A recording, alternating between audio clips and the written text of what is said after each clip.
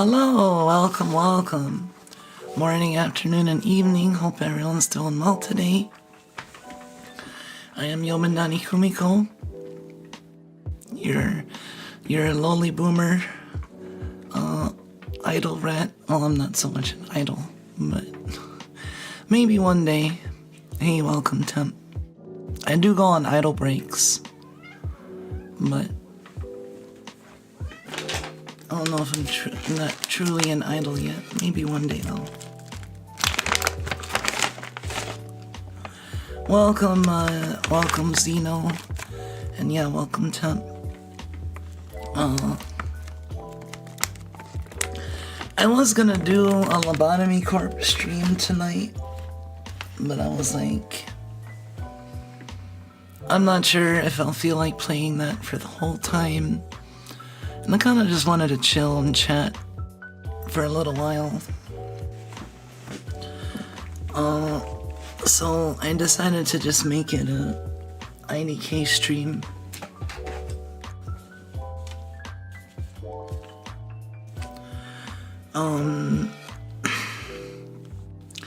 There's a number of games that I'm thinking about playing right now. Oh, magic spell.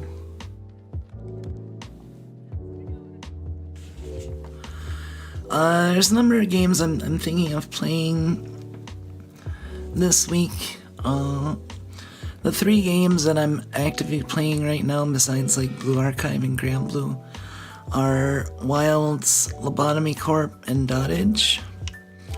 And also Mahjong, but I don't really play that much Mahjong off stream.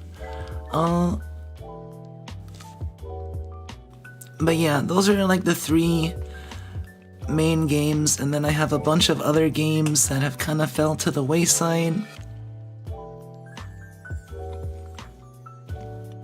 I tried compiling a list so I could get a handle on things.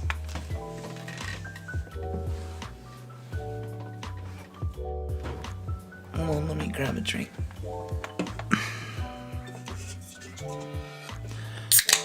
Gamer. So yeah,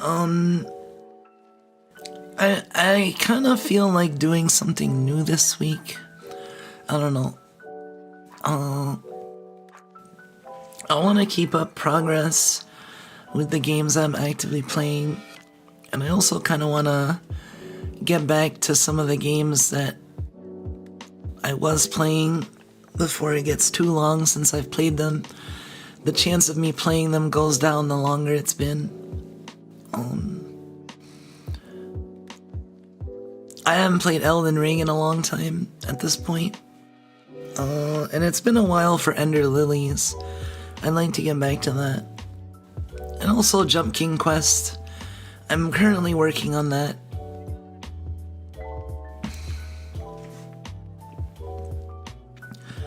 Jump King Quest, I'm kind of like, I'm motivated but not motivated at the same time.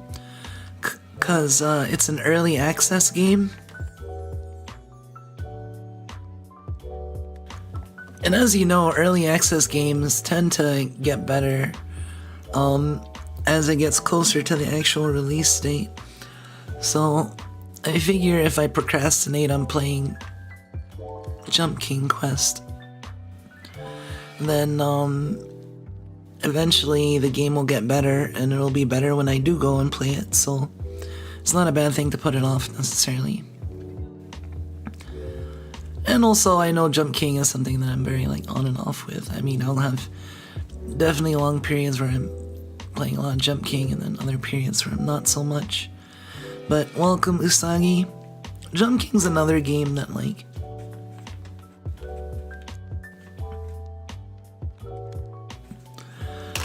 OG Jump King. I mean, even though Jump King Quest is out and all, I could also try working on my speedruns, you know. Probably not main babe. It's gonna be hard for me to reduce the time much more. But I wouldn't like to get my like new babe plus time down by a lot. Because I think I'm not as good. like, my placing is higher, but that's just because there's not as many people that do New Babe Plus, so... Welcome, Usagi. Yeah, and Elden Ring DLC has that same boss fight grind as Jump King Quest. Yeah, there is the grind that I will have to do.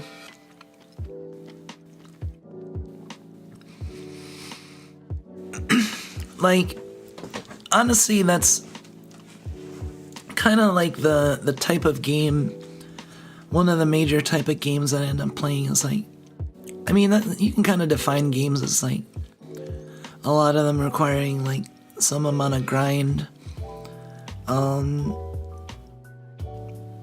Whether the grind is grinding repeatedly against bosses, or even like Metroidvanias, like, in a way, going through the Metroidvania is kind of like grinding through the Metroidvania, you know?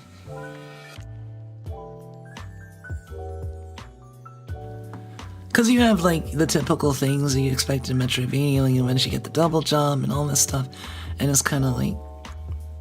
So on one level, you are grinding through Metroidvanias, just as you are grinding, not like, you may not be grinding like XP necessarily, but you grind through it because, especially if you're being thorough, I mean, you're gonna be doing a lot of exploring and trying to go all around, and essentially the grind is in the journey.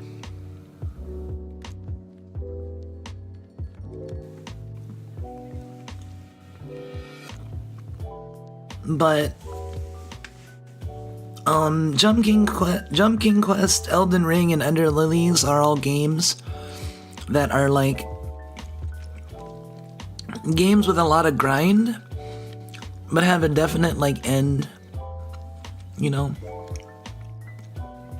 Actually, it might not take me that long to get through Ender Lilies. I heard it's like a 20-hour game or something. I only have 5 hours in it, so I can estimate, you know, like, maybe it'll take me like 3 more streams, 3 to 4 more streams to do Ender Lilies, because the bosses aren't like, the grind is an expected grind, like, the grind is gonna take about this many hours, you know, give or take, right? Elden Ring is like, that grind is completely like, it's so hard, it's so much harder, because part of it is based on what your goals are, what goals you're setting. Like, do you want to beat all the bosses? Do you want to be under leveled when you beat the bosses? You know, like, how much are you gonna grind? Like, the grind is so up to you. So I have no idea how many more Elden Ring streams. It would basically only be done when I say it's done.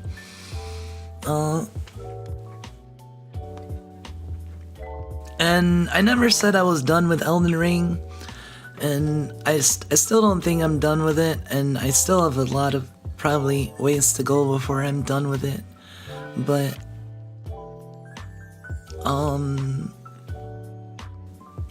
I still wanna continue that. It's just, you know how it is, when you fall out of the habit of playing games, it's harder to start back up again, because you're gonna be juggling all these games.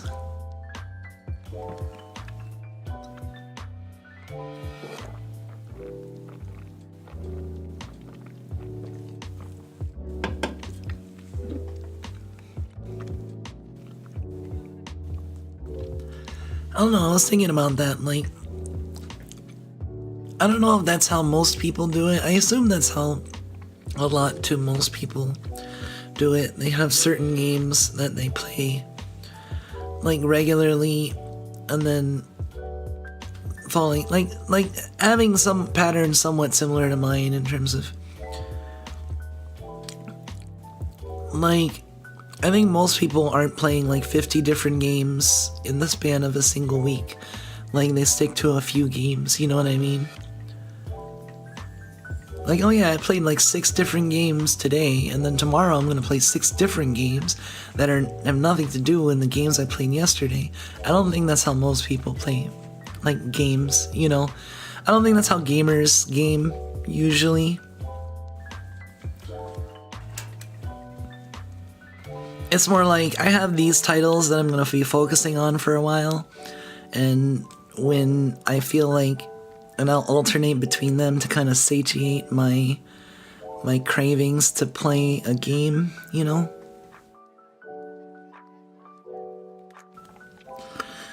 Falling out of habit of playing games is why I haven't finished Yakuza Kiwami over the last 5 years. Yeah. It's so hard to start back up playing a game again when you've fallen out of habit of it. For one, it's like getting back into, like, you have to, in some ways, you have to kind of relearn things, depending on the game, and depending on how long it takes to get back to it. But it's also kind of like a way of thinking, and like a mode of existence where, like, you're letting that game into your life, you know what I mean? Like, for the time being, this game is allowed to occupy my intimate, like, imagination space, right?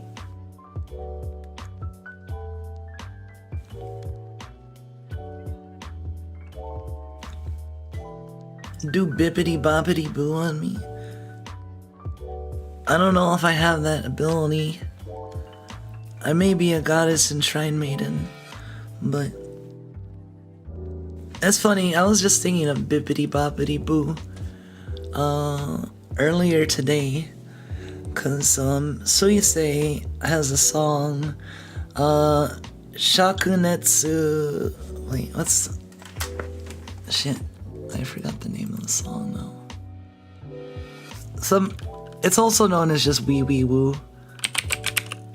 I was thinking Shakunetsu Kodo.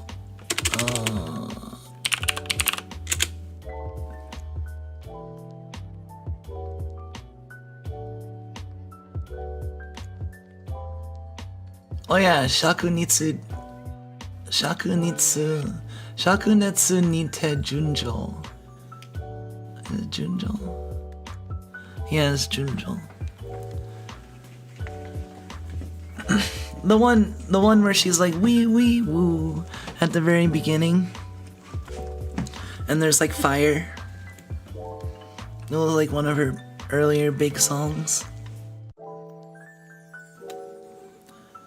I have kind of dreams that I'll cover that one day. But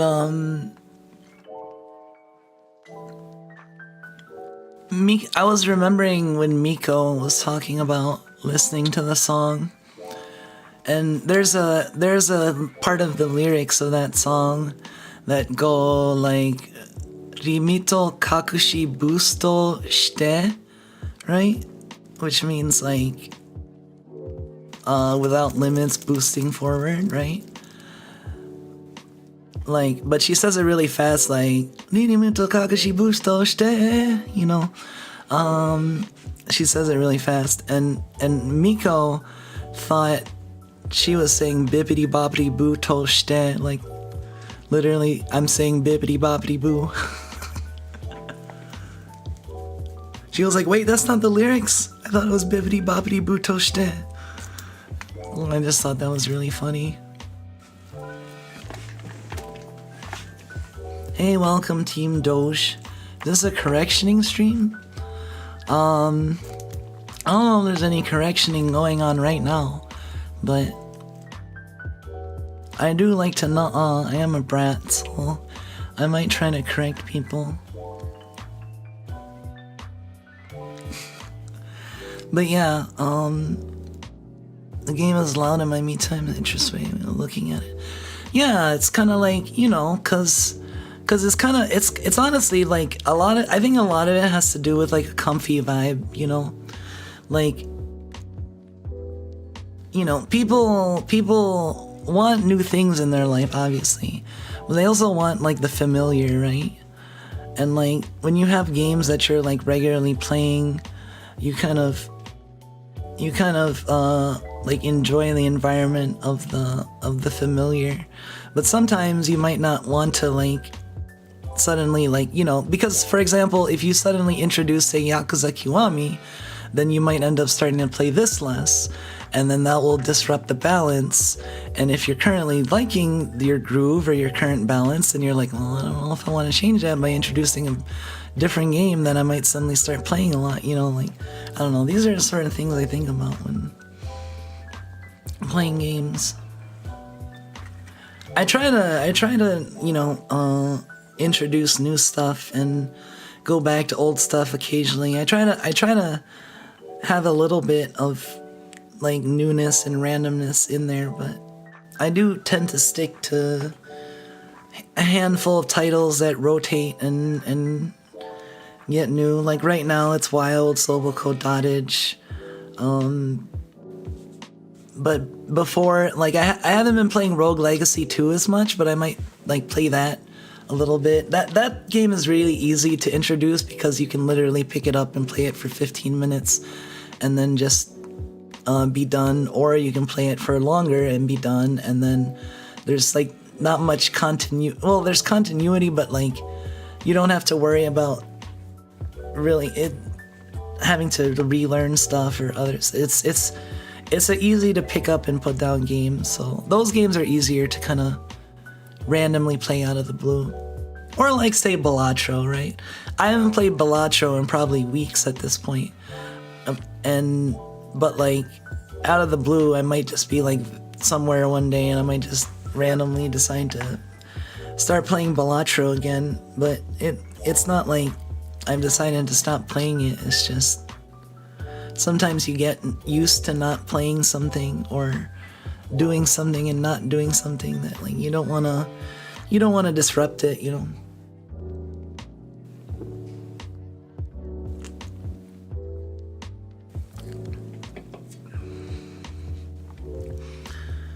Like, honestly, that's part of the reason why I have a hard time coming up with my schedule, is because if I'm just going off of the top of my head and just being like, this is what I want to play, this is what I want to play, I'll stream this, I'll stream that.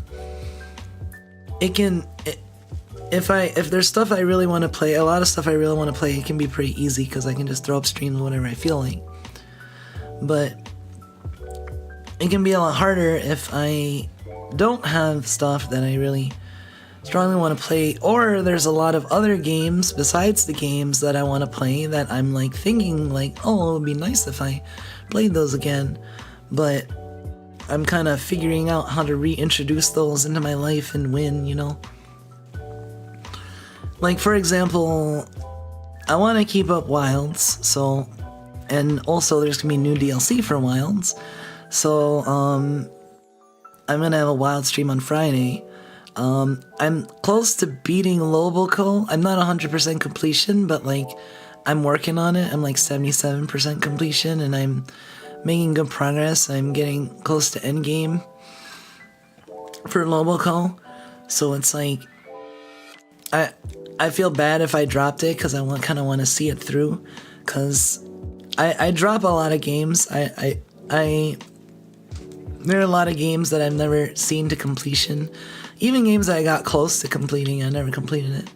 So that makes like games that I can actually like complete or 100% or even beat, like it makes it like even more special, because it's like, wow, you're actually one of the ones that I made it to the end, you know. Or like, and if not like the end, like literally 100% completion platinum, the end being like me deciding I'm done with this game.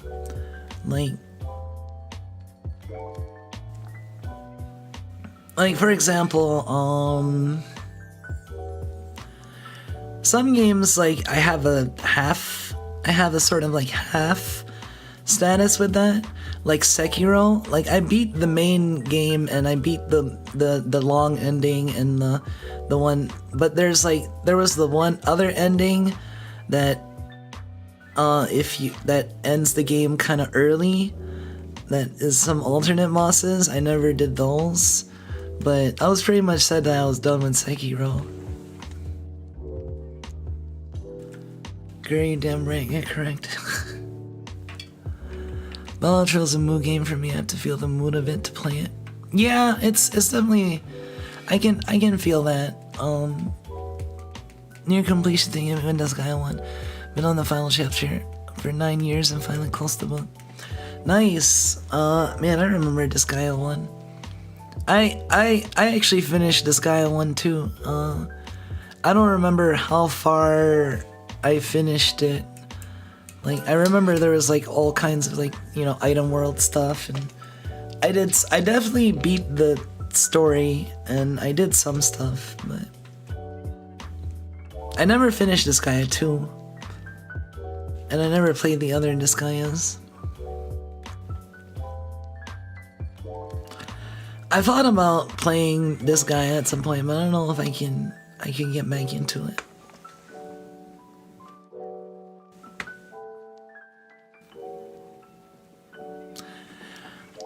That might be another thing, is that like when you want to go back to a game that you like played like a long time ago, or has been a long time since you played, in some ways you feel like a different person than the you that you were when you were playing that game. So like in some ways it feels like kind of like bringing that person into the present and then having to vibe with the current you, and I can feel like there can be some dissonance there. Love is serious. Disgaea 2 feels like a bit of a trial. Really? A bit of a trial? Why would you say that? Like a trial in what way? I'm wondering if it's hard or if it's... Cause I played Disgaea 2. Yeah, I never beat it. I feel like I got semi-close, maybe? I don't know. I don't think I got that close. I just remember I really liked Yukimaru.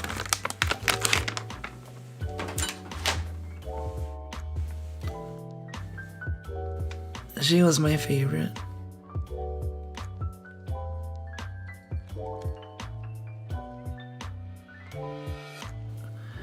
I don't really like Adele very much, and his story kind of bores me. I remember playing oh, you know what I played a decent amount of that I got enjoyment of in that, not a Disgaea game, but in the same, because I was into Disgaea and everything by that group for a while. Makai Kingdom. I played some Makai Kingdom. I think I even have like the official Makai Kingdom guide somewhere floating around. They had really good official strategy guides for the Disgaea games. Like they were like encyclopedias, like really thick and having a lot of information.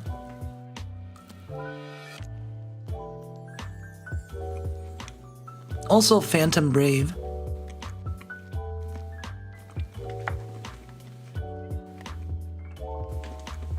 I played a fair bit of Phantom Brave. I don't remember if I beat Phantom Brave. I don't remember the story at all though. I just remember Ash.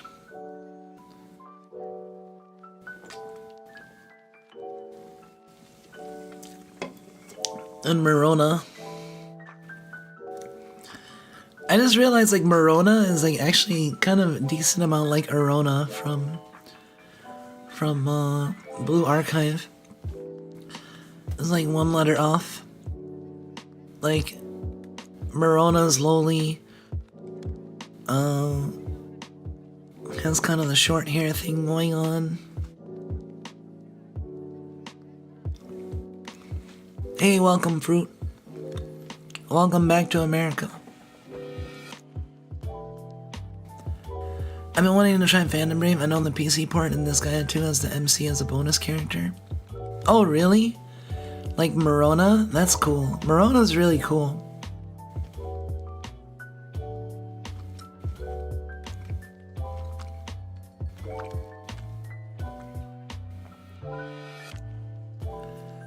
An idea I heard from another content creator is when you're reaching the end of a game, you try a couple different games for like 30 minutes on a stream to pick the next one you stick with.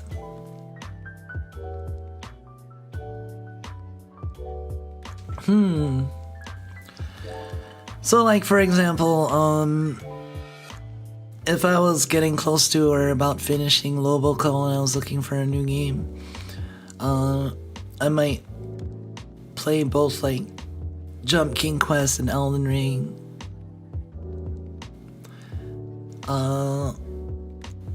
Help me decide which one I want to end up sticking with.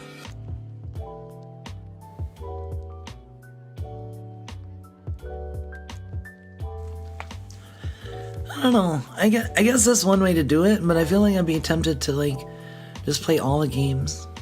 Because if I'm already playing them for 30 minutes, it's like I might as well play them.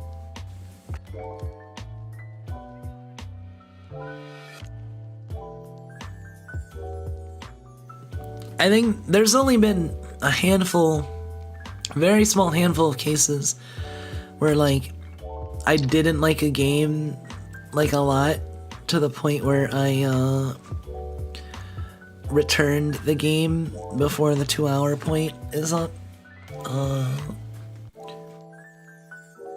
Cuisinier I unfortunately was not able to return. But I kind of wanted to return that because I was vocal about not liking Cuisinier. But I forget what the game was. How did I play that? Let me see if I can find it. It's still in my list even though I don't have the game anymore.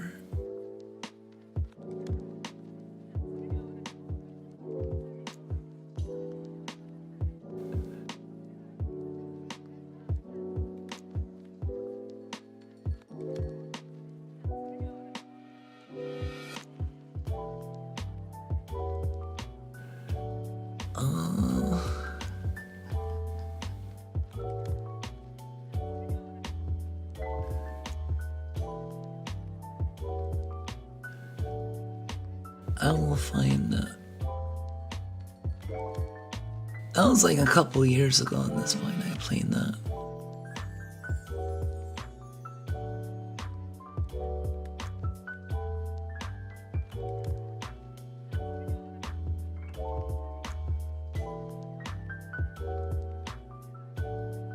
It was like, it started with an A.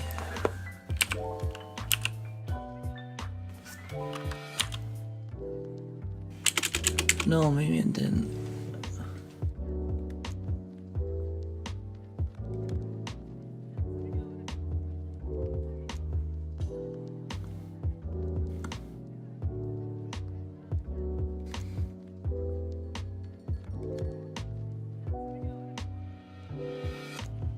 Maybe I still haven't installed.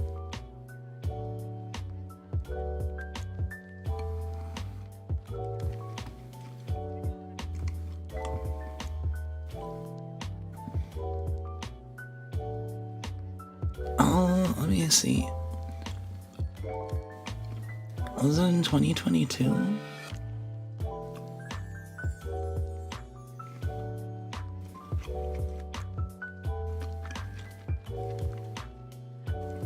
Wow, I tried playing Library of Ruina back in 2022.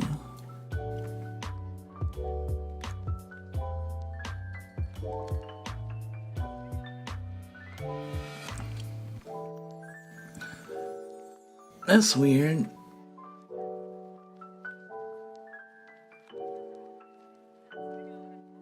It doesn't have the game anymore.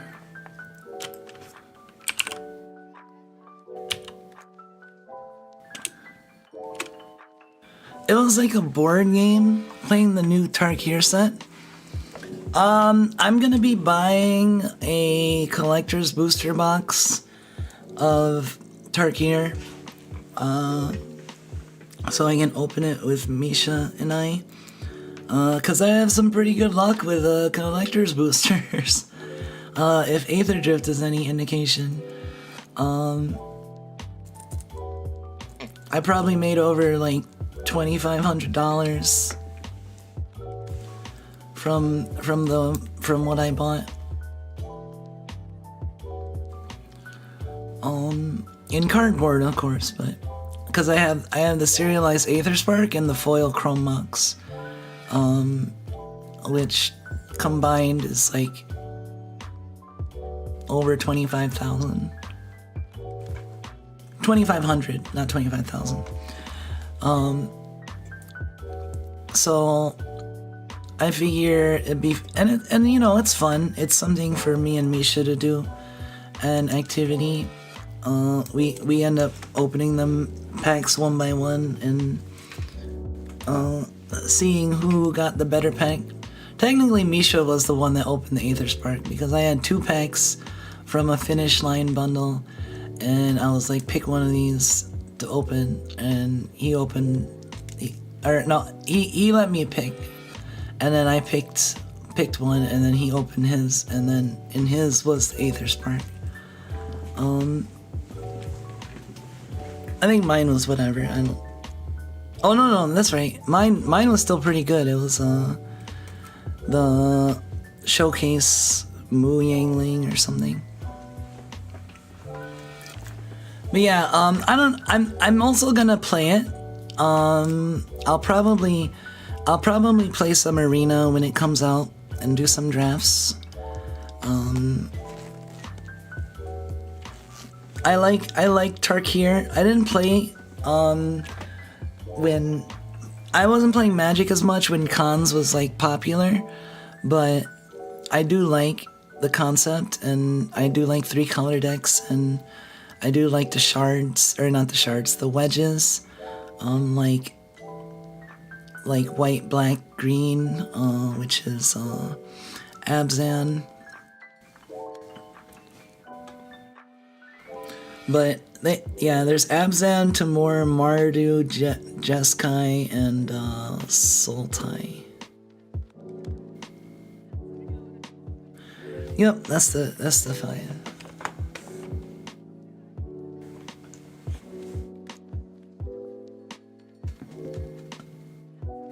Old Khans drafts is great.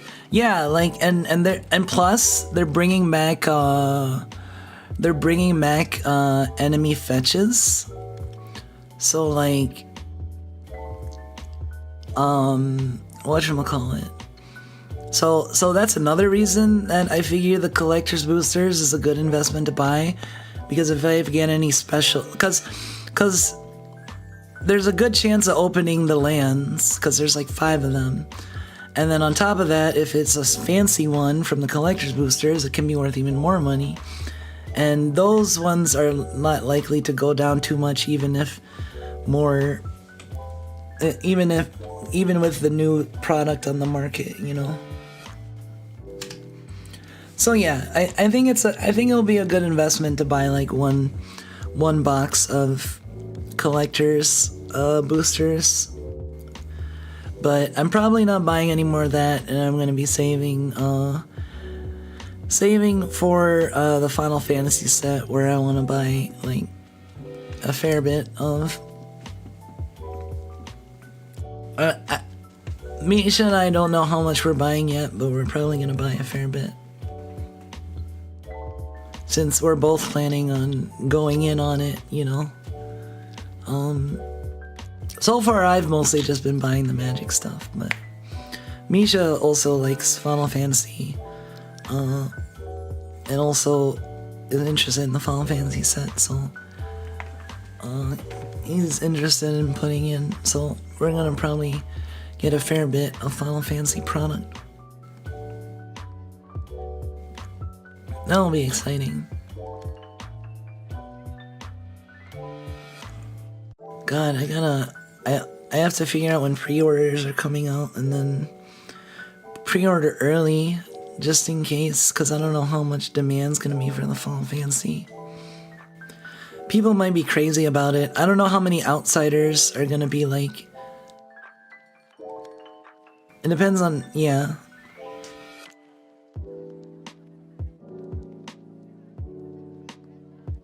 Like, it's gonna be crazy, it's just a matter of how crazy.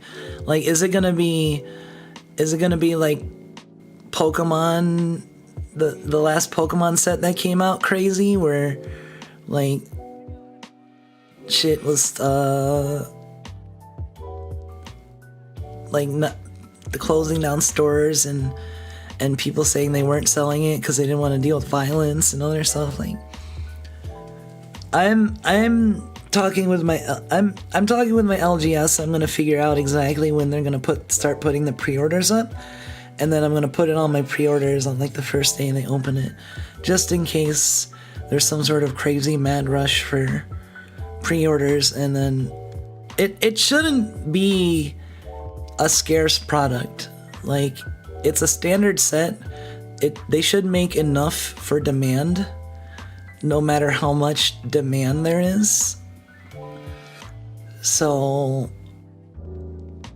but there still might be shortages, especially at first, you know.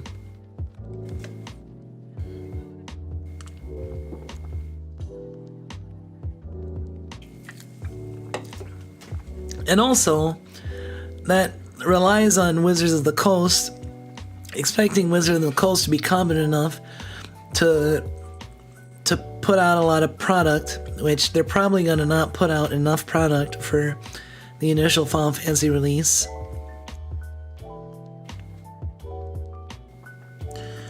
Been firmly under my Digimon TCG rot. Really? I didn't even know there was a Digimon TCG. Yeah, the latest Pokemon TCG set, like, cause like they released like all the Evolution focus set, and you know how popular Eevees are, and they had the really fancy Eevees. So like, I don't even know if you can buy it now. Like, it's been out for a month, 2 months, I don't know at this point, but I think it's still like always sold out. And I'm not surprised, because the moment I see that it's sold out, I'm buying it. I don't even play Pokemon. Because I want that. And I mean, that's how a lot of Pokemon players are. That's the thing, like, there's a lot more Pokemon collectors than there are Pokemon players. You know? I'm starting to become more of a MTG collector. I'm trying to amass a collection and everything.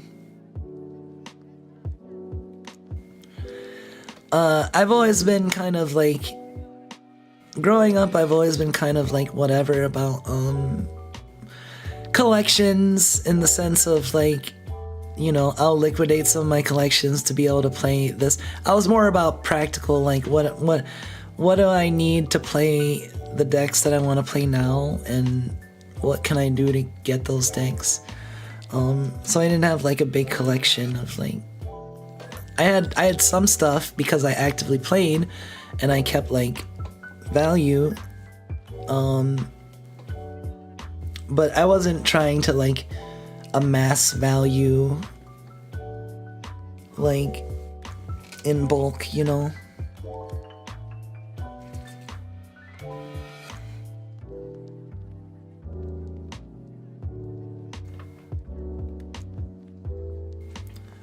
I don't know.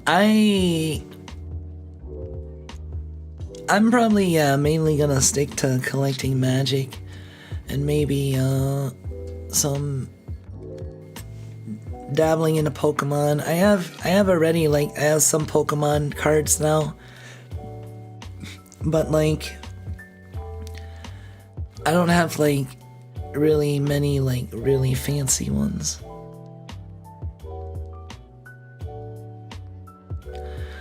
Well, you know, it's MTG, I never had anything worth that much money. Well, that's the thing, like, the most money I've ever had in my collection was after I opened the Aether Spark.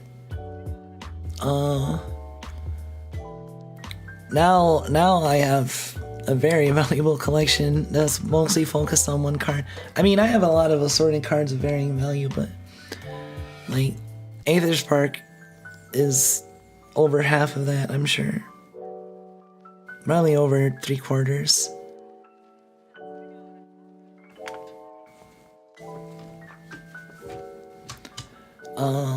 But I would like to gradually build up and get more and more, because I also want to play Magic and play Commander, but I also want to like collect. But yeah, that's the thing, like, I'm an old school Magic player, but I only started getting valuable stuff like really recently and actually keeping it, you know. Like if it was me back then, I probably would have sold it. I actually, if I would have opened the Aetherspark when I was like younger, I definitely would have sold it. Cause I would have been like, oh, that's like over $2,000 I can have like right now.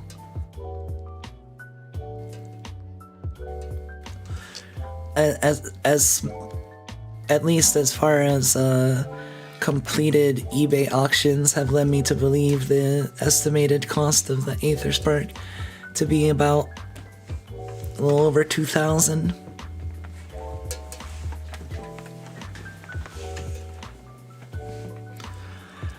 But yeah, so I don't think I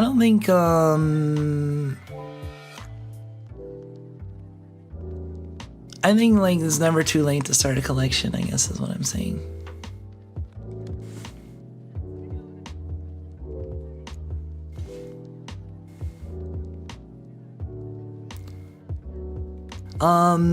Yeah, the Aetherspark is the most valuable card I've ever owned. Besides that, I honestly think the foil Chrome Mox is like the second most valuable card I've ever owned. And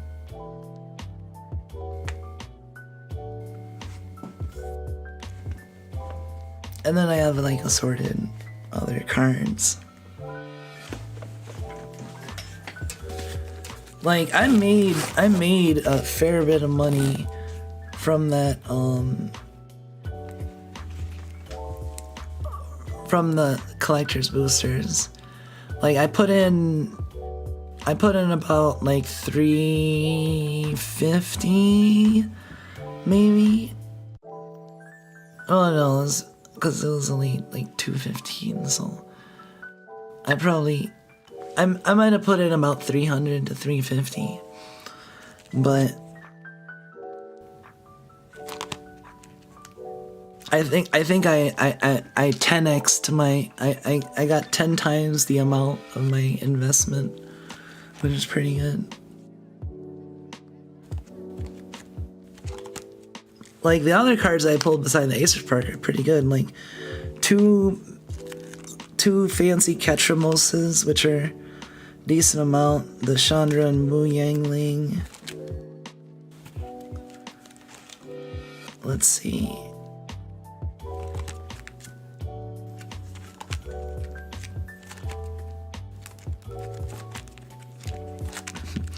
The quality of this binder goes down rapidly, very quickly, because it kind of just has whatever.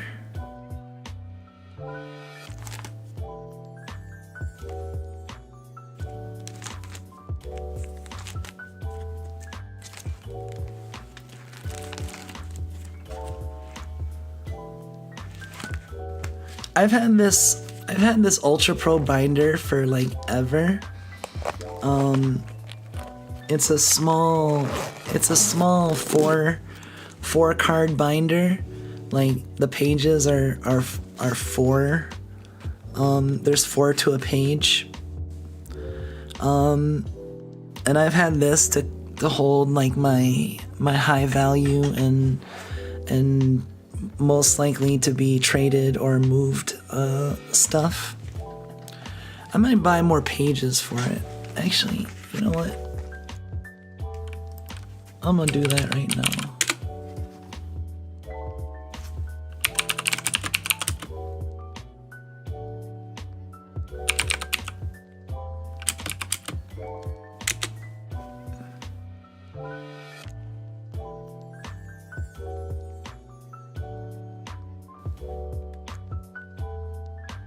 Oh, here we go.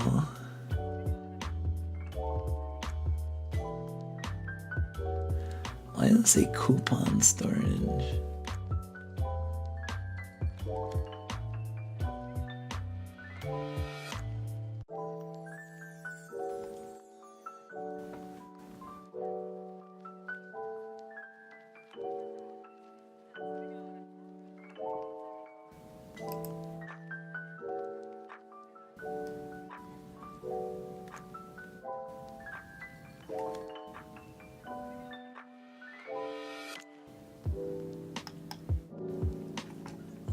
3.5 by 5 size of card. 2.5 by 3.5.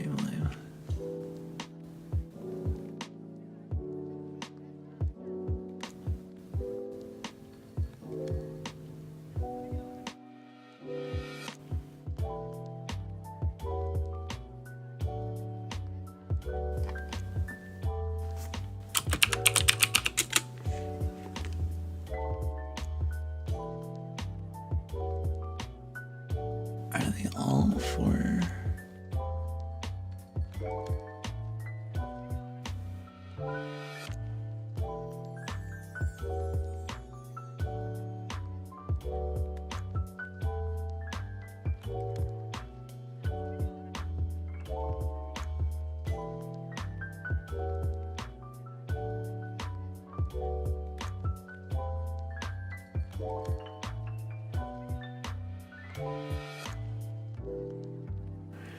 That's weird. There's 4 pocket pages that are bigger than...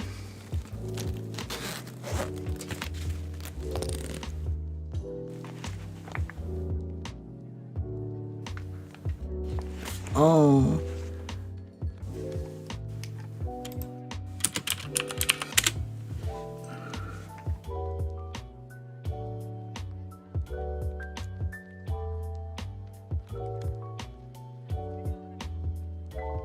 Oh, 4 pocket platinum page for mini 2-ring miners.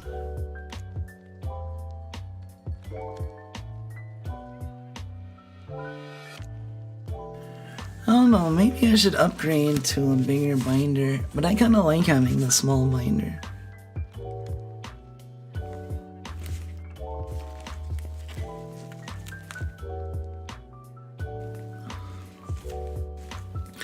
Oh, actually, it's funny that this kind of brings it all together, ironically enough, because on the inside of my binder, it's a zip-up binder, and on the inside cover of the binder is a really big sticker of the one girl from Makai Kingdom, Pram. I think her name was Pram.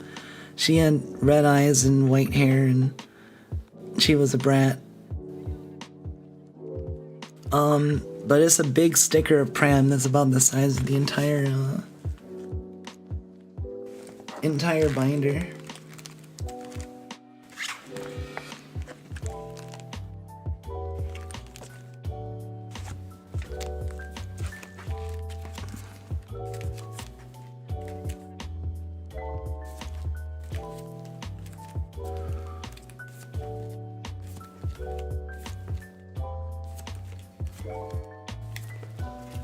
I have 13, well, unlucky number. How many more could I theoretically fit in this?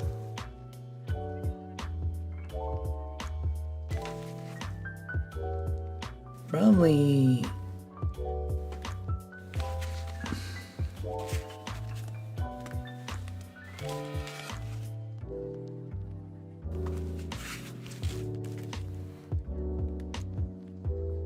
I don't know if I could fit a lot more in here.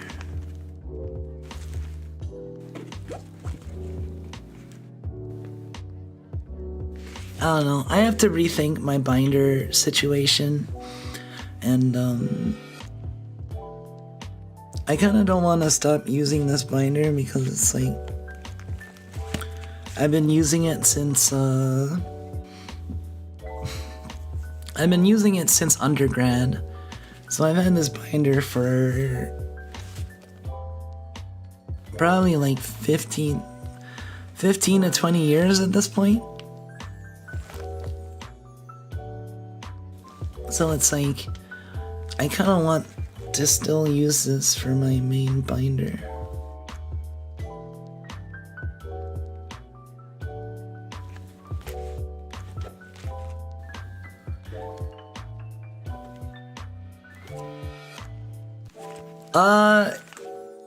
In my experience, you're never gonna get away from the boxes with a bunch of cards in them. because not everything's gonna fit in the binders. There's a lot of chaff that you never want to put in a binder. I have boxes upon boxes of cards. I mean, most of my collection is actually put together now. I have four big boxes. I don't know how many cards I estimate. Well, 4 boxes plus like five or six long cardboard boxes.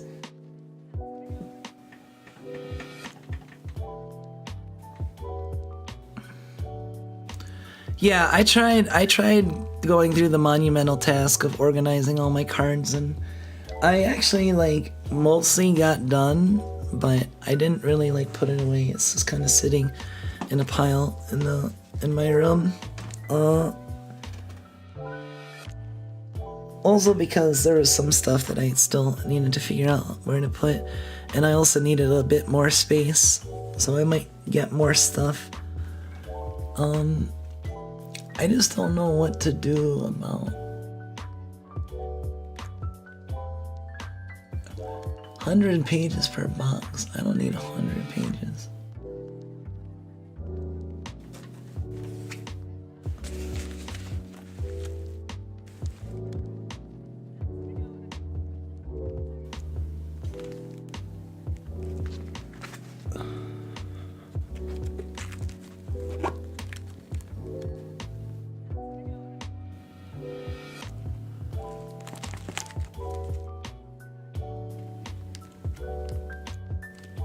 I'm trying to imagine what this binder would be like with like way more pages in it.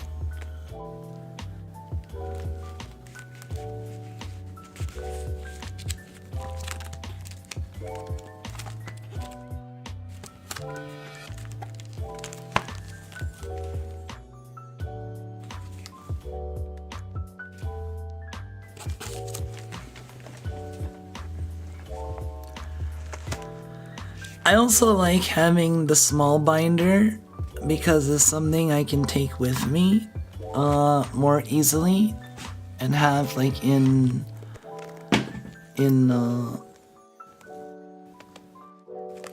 know, and be able to fit it in a smaller bag. Although the more valuable the collection, the more dangerous this gets. However, one advantage of this binder is that it's zip up, so it zips to close.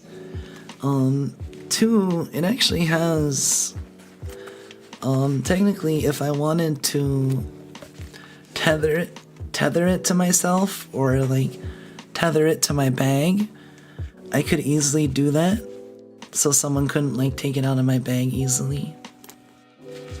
Cause there's like there's 2 loops on either end that I could like use to secure to my bag.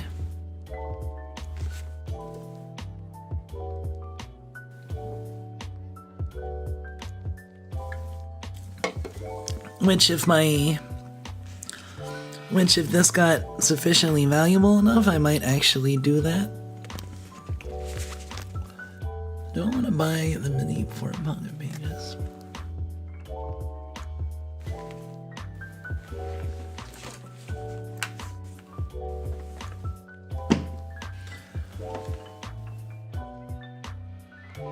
Oh yeah, I also got another binder for I have a few binders.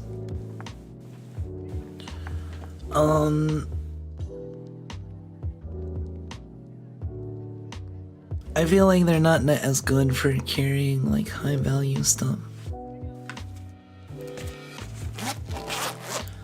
Cause they're open, you know, and the 9 pages. I feel like that's better for like when you want to trade with people and, you know.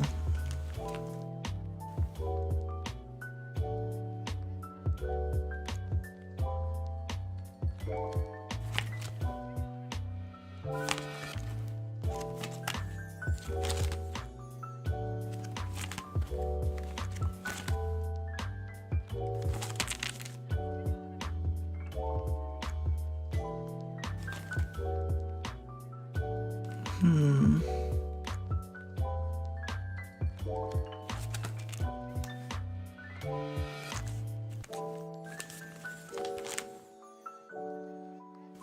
might,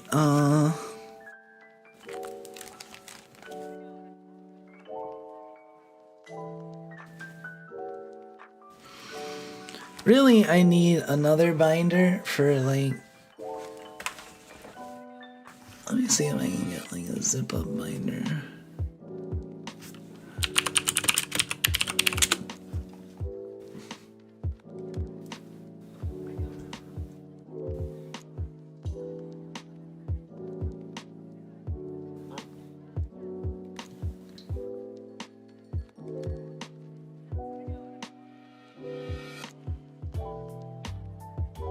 I guess technically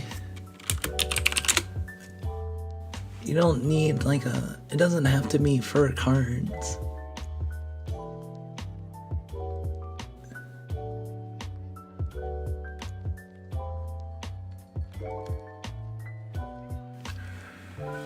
But yeah, I was thinking of upgrading to a sleeved 9 card binder or a zipper.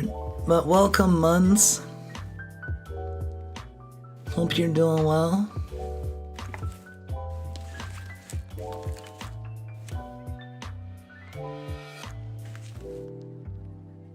I'm currently thinking about magic cards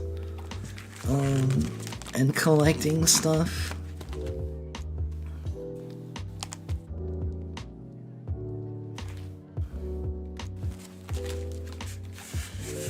Deciding what I want to do. I know I don't want to retire this book. Like, that would make me kind of sad. It's still perfectly usable. It's a little bit shabby, but you know, it has a history. Honestly, it's rather plain because it's just a black binder with nothing on the outside, but I might change that and eventually put stickers. But so far I never put, like, I usually put stickers on all my stuff, but for some reason on my card binder I never did that.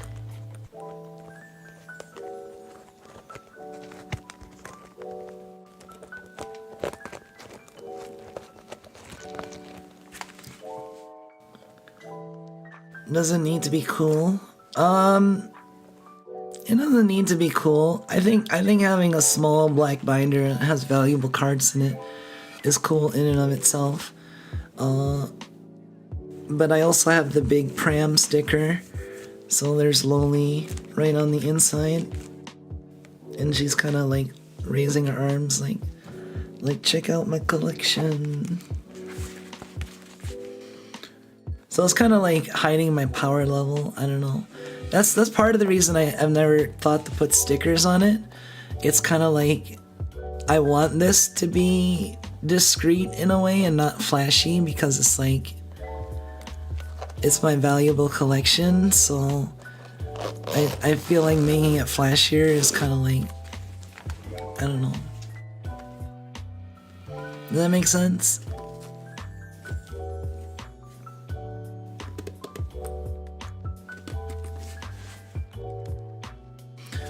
I might just end up putting some stickers on it. It would look good with some stickers.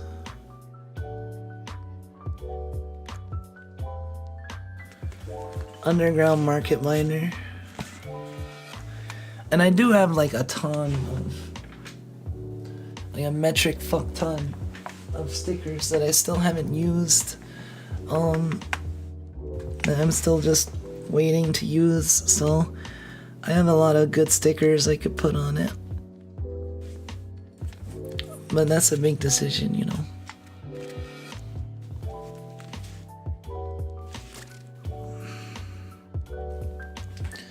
I did put stickers on my card boxes, like my big card box. Like I have 4 big card boxes, and then a bunch of like long cardboard boxes. I put stickers on the big because they're nice and meant to like hold a lot. It's great, stylish, full what you want. I don't know. I think maybe maybe a single sticker on the front and on the back might be good. Give it more character, you know. And also personalize it more. That way it's, if something does happen, like it's hard to deny that it's mine. Like, it's definitely mine. Look at the stickers on it.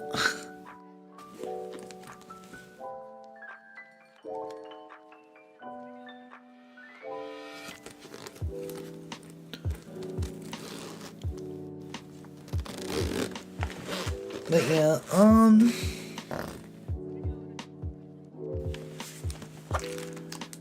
honestly, some of these pages are getting kind of shabby too, so it might be worthwhile to just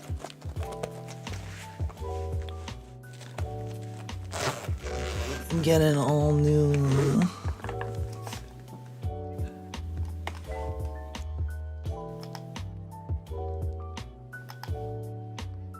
I think I'll get those mini pages though.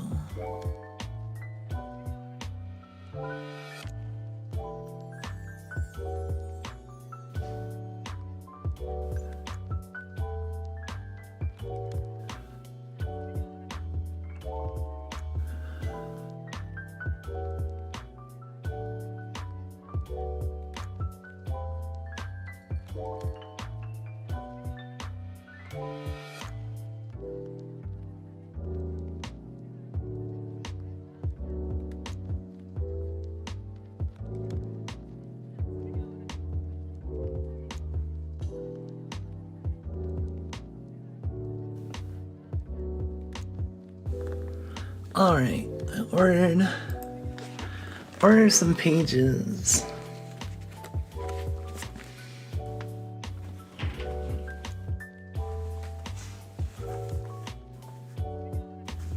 I guess for now I can have the small binder, and then when I start getting enough valuable stuff that it starts overflowing, I can get a bigger binder and then have that. Now you need the decoy binder. It says reserve list collection on the outside and it's full of proxies. A binder, it just says power 9, do not steal on the front.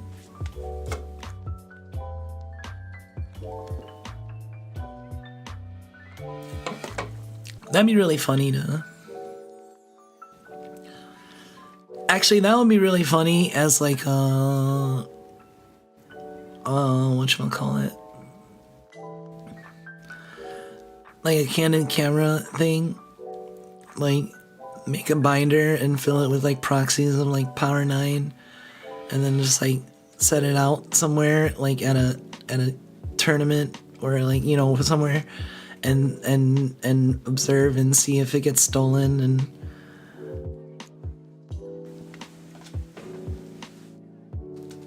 the thing is though that like if someone takes that and doesn't like go up somewhere and reports it lost, you know they're a fucking scumbag. Like, I guess with Canon camera, they tend not to do stuff where like it baits you into being an absolute scumbag. You know what I mean? Like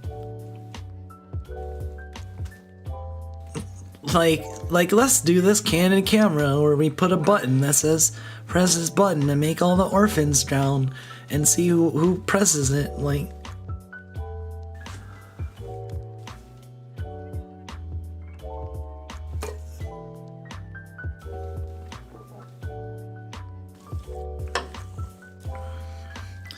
it's like you're kind of causing people to do bad things, even if they're technically not bad because it's fake, but they're still like doing. They still think they're doing the bad thing, so it's still kind of bad. You know what I mean?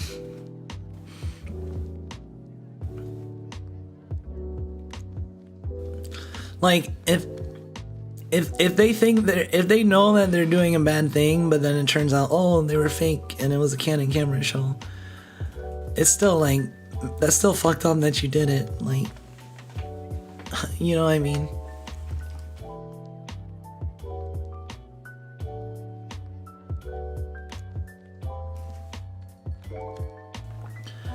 But yeah, oh man, it's been like an hour and I haven't played a game yet.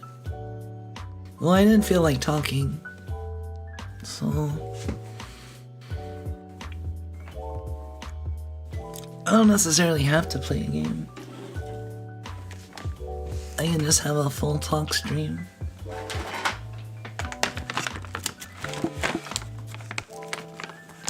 I might snake a little bit more.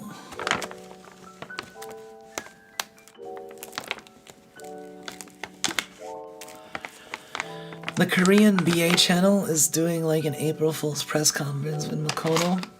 Oh, really? That's awesome. Is it in Korean or Japanese?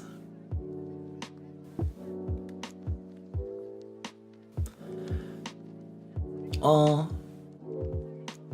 Yeah, I don't understand a lick of Korean.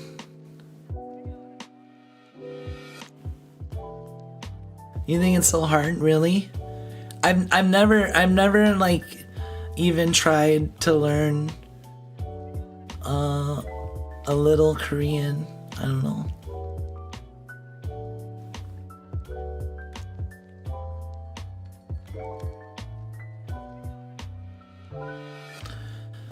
I guess for me it's like I never even tried to like learn even a little bit of Korean, because for me with a lot of things I'm like, I'm either gonna not do it or I'm gonna take it seriously. So it's like I could have had the opportunity to be like, oh, let me learn like a Korean word or two, but no, fuck that. I'm either gonna try to learn Korean as a whole or not touch Korean. Like, stream is very cute. Oh yeah, what kind of cookies, Muns?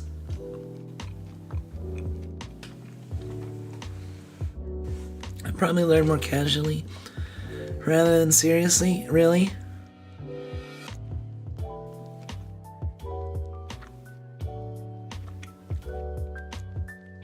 Sugar cookies with mini M&Ms. Ooh.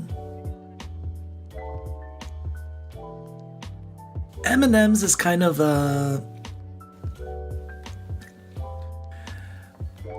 I'm honestly kind of ambivalent on M&Ms as a cookie ingredient. Like, I think M&M cookies are good, but I don't think they're better than chocolate chip. You know, like turning the chocolate chips into M&Ms doesn't make it better for me necessarily. It doesn't necessarily make it worse either. So it's just kind of different, you know. Honestly, but I think if I could only have one type of cookie, I would have it be chocolate chip over M&M though.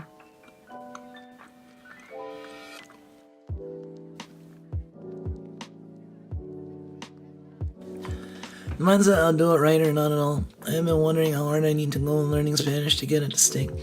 So I think I'm cooked when it comes to Korean and Japanese.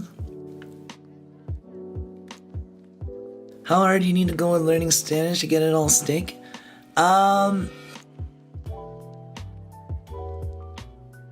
It's really just a matter of are you doing it daily or close to daily? Like engaging with the language in some way. Like, my Japanese has stagnated, but it hasn't necessarily degraded, and it also might get better a little bit here and there just from random new stuff I learn. But like, I feel like it's not really like going anywhere right now, like my Japanese skill. Unless I started watching like a way more Japanese. I already watch a decent amount of Japanese streams, but if I watched even more, and I really tried to like listen eventually, I think. I mean, I'm already pretty decent. Like, I can follow what's going on in a lot of streams. I might not be able to understand some of the more complex topics, but I can get the gist of what's going on. It's not like I know I understand a fair bit of Japanese, because when I hear people speaking other languages and I don't have subtitles, I'm like, this could be literally gobbledygook. I have no idea.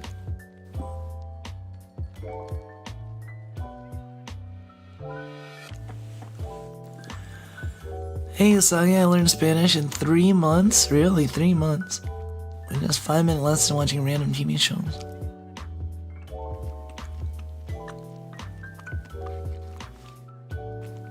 I'm trying the same thing with KO though. I'm so cooked, all the syllables sound the same to me. It's so difficult for me compared to ES. I don't know, I've been thinking of doing this for a while, but I might try to read events. Like, it's already hard enough for me to read events one time, but to read an event twice, once in English and once in Japanese, that's asking a lot from me. But maybe if I read it the first time in Japanese, because the thing is, in Granblue everything is voiced, so even though there might be kanji, I can hear it and it'll be easier for me to get.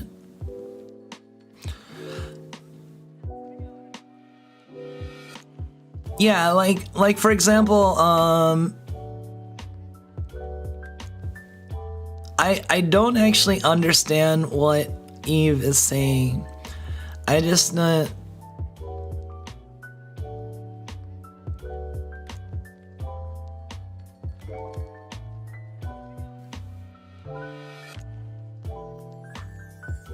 It's not Sutera Nemo, it's like.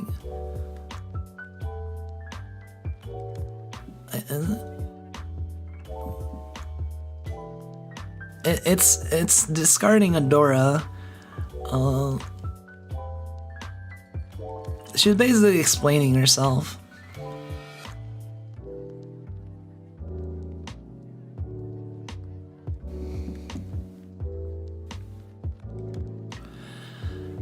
Also, you can get a browser plugin called Reversal. You can click subtitles in ES while watching Netflix, YouTube when you find a word you don't know.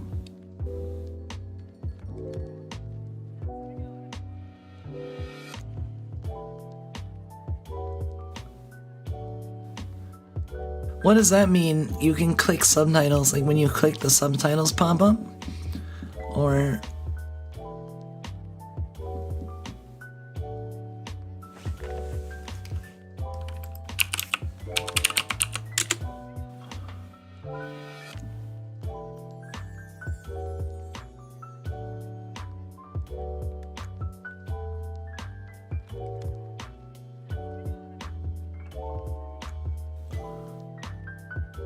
Reverso looks like Deep L.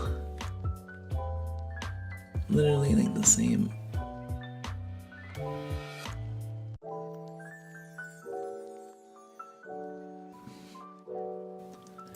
The Reversal site then is.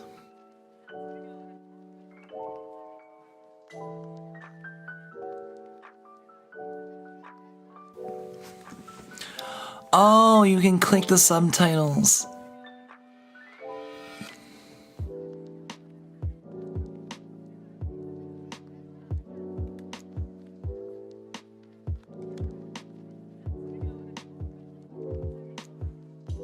Let's say you need a certain amount. Oh, really? Is that what she says?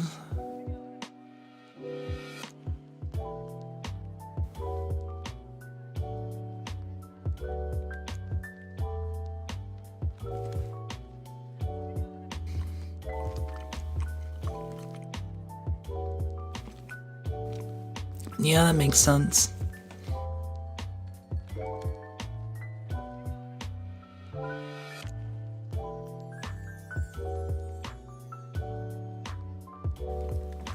Yeah, she speaks fast and like, that's the thing, it's one thing to be able to read it and be able to, but to be able to, listening comprehension is so hard.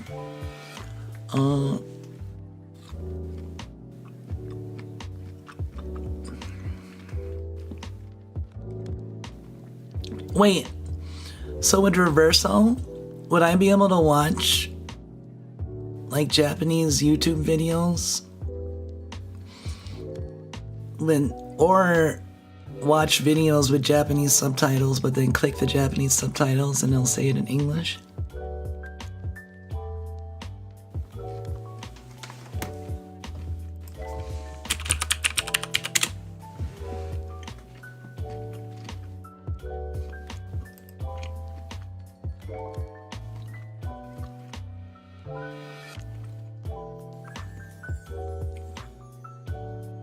You can save stuff.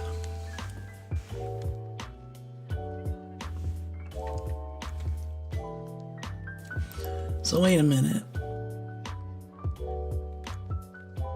Double click words to look them up while reading on any.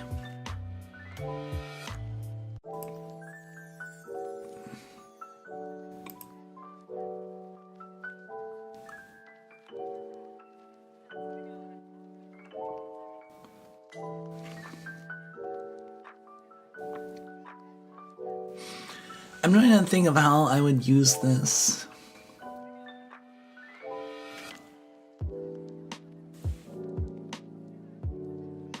Because I think the stuff I consume the most of when it comes to like Japanese content is streams, and that's like uniquely hard to subtitle.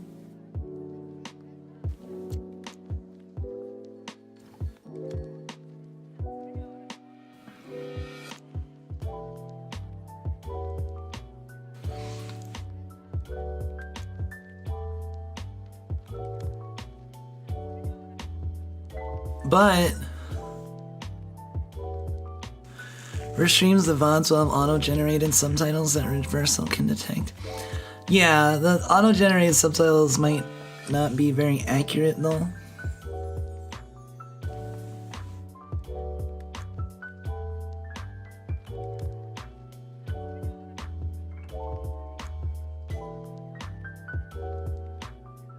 Change all your games audio to ES.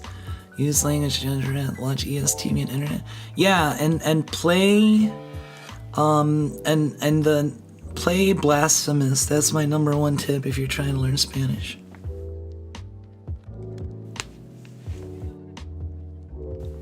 Play Blasphemous in the Spanish language.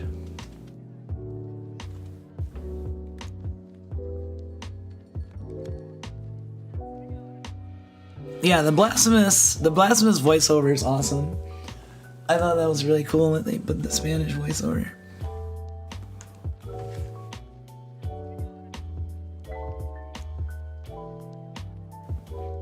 Why Blasphemous? It's just a very notable game in my consciousness that is made by Spanish devs, I think.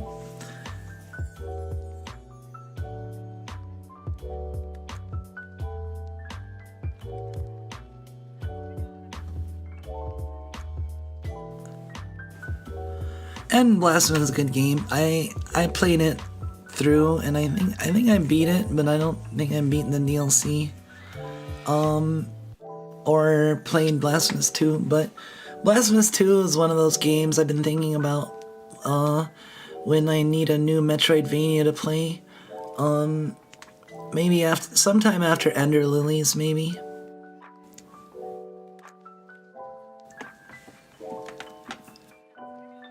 Unironically learned a lot of advanced vocab from Blasphemous. Didn't Blasphemous originally have like an English VO and then later they added the Spanish VO? I remember by the time I played it, they already had the Spanish VO. I thought it was really cool.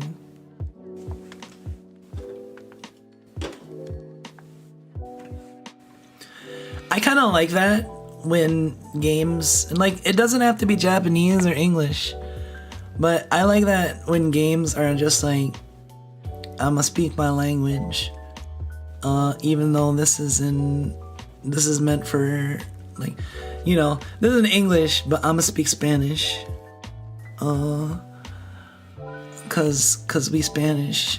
It's like that's I find that awesome. I don't know. It's kind of like in a way it's kind of like Tekken and how everybody just speaks their own language and just understands each other. It's kind of like that.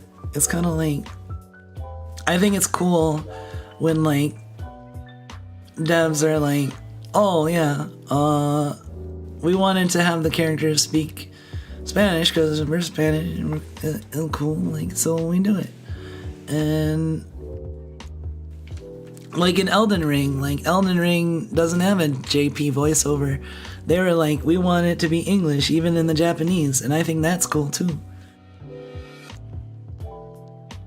I think it's cool when people enforce a different language than instead of just dubbing it, or like I find it a lot cooler when it's like retained, you know, the original language. That's why I think if Elden Ring had Japanese voiceover, I might not even play it in the Japanese. Like if they added it later, I might not even play it. Because I feel like the English voiceover is the canon, like it is. They basically made it the canon because, I mean, that's how it is in all the versions, right?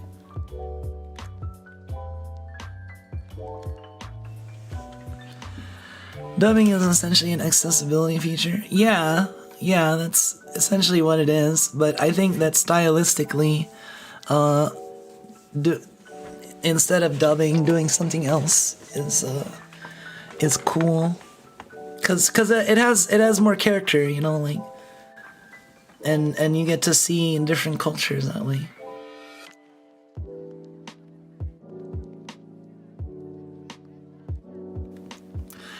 I didn't enjoy Ubisoft or Assassin's Creed title very much, but I love that they include the Arabic dubbing. That's cool.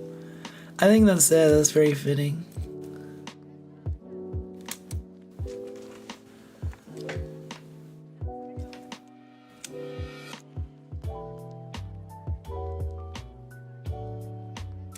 Like, I don't know.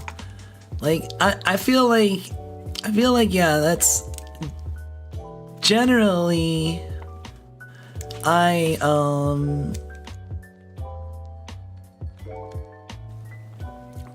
prefer Japanese voiceovers, but I will go for another language voiceover, even if Japanese is available, depending on other factors, like, is this the original language that the game is supposed to be played in? You know, like Blasphemous, technically the English VO came first, but the Spanish VO is special because, you know, Spanish devs, and it's a game very rooted in like Spanish culture. It pulls a lot of like Spanish culture, especially like from religion and the like. So like I feel like it being in Spanish is like more appropriate than the English voiceover, you know. So I guess appropriateness I find is like,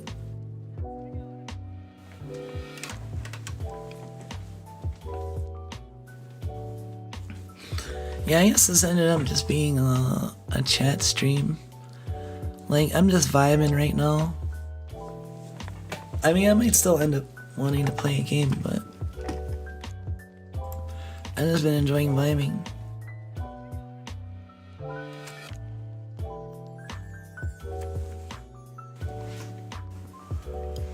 Elevates the work so much. Yeah, totally.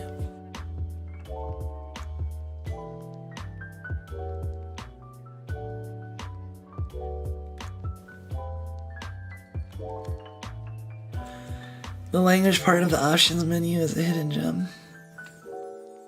Yeah. I might not. Yeah, I might. I occasionally do that. That's the advantage of Granblue, is that Granblue would actually be a very good way for me to get better at Japanese, because I can freely switch the language from English to Japanese, and there's no Japanese client. It's just all the same thing, you know?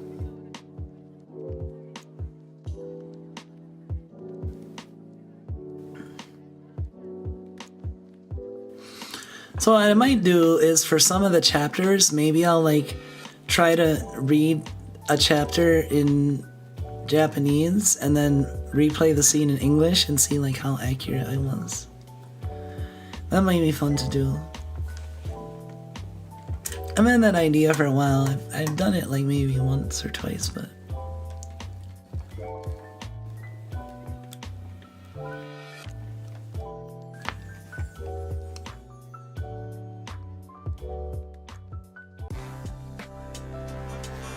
yeah, let's get a little bit different music.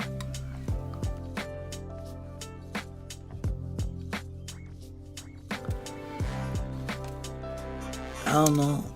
I'm various levels of serious about learning Japanese, but I do want to get better.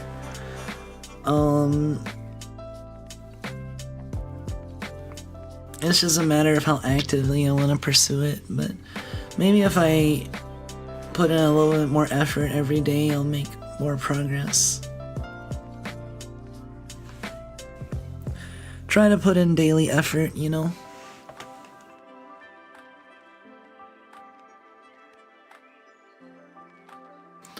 Yeah, it's unfortunate you can't change Blue Archive to Japanese.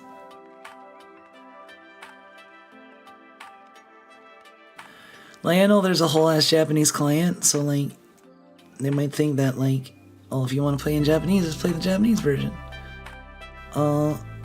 But I still think it'd be cool. I would definitely change Blue Archive to Japanese and play it a fair bit in that, if I could.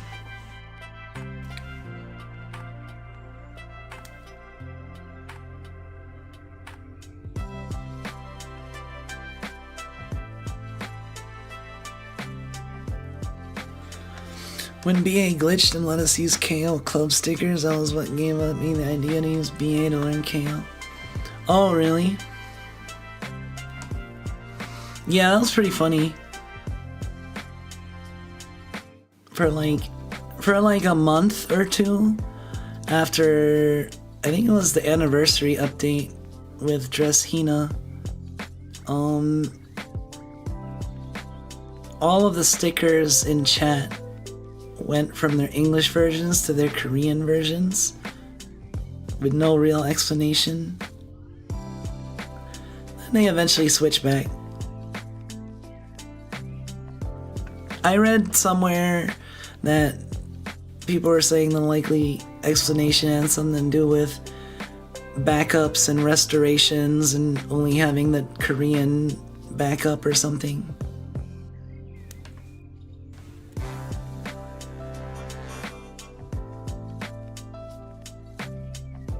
The best. Yes, the best. Or, let's go.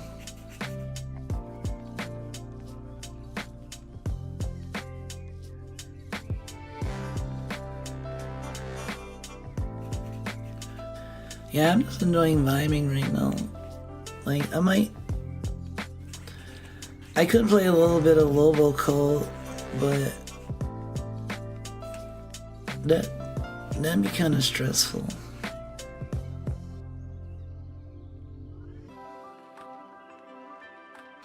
Rona fell asleep on the button. Oh no.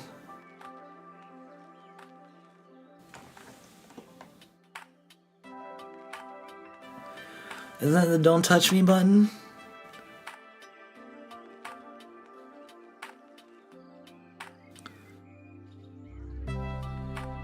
Oh no, you're not talking about lobotomy. I was thinking you were talking about the don't touch me.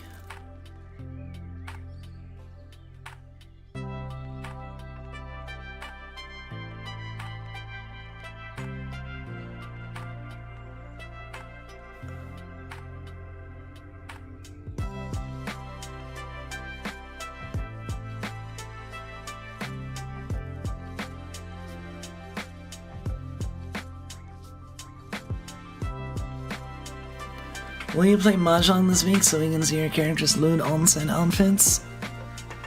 Yeah, we'll be playing Mahjong this week. I do want to post a schedule and make a schedule for this week. I know I say that like every week, but I feel like it's a high likelihood of it actually happening this week. All I know for sure is that I'll be doing Mahjong Wednesday.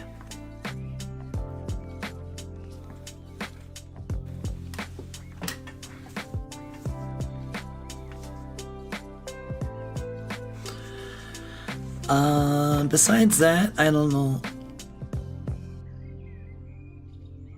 I'm probably gonna stream 1 to 2 times tomorrow. I might have an evening stream on Wednesday, and then Thursday it's 1 to 2 streams. Friday 0 to 1 streams, Saturday no streams, and then Sunday I'll stream again. So I don't know about the draw stream, but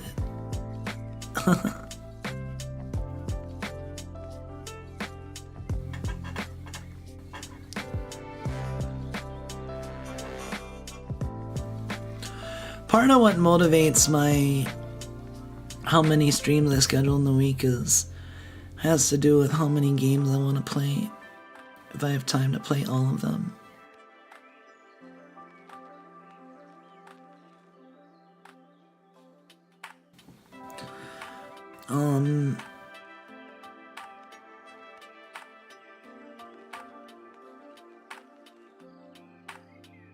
Let me see. Wilds, Loboco.age, Mahjong. So this Friday I'm probably actually going to stream because I don't have Starfinder, and the Manhunt DLC comes out on Friday, so Friday's a natural day to do Wilds.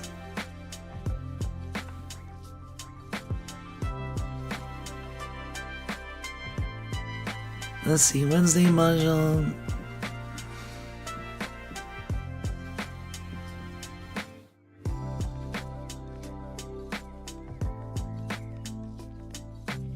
.age I've been making regular progress on.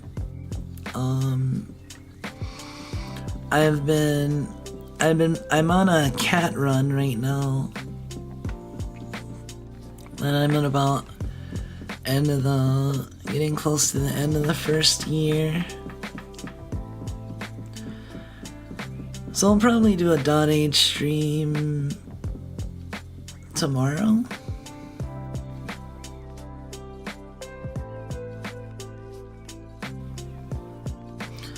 I wanted to pull for the Cynthia character in Monosol, but I only like about half of her emotes. Oh, yeah, that's unfortunate.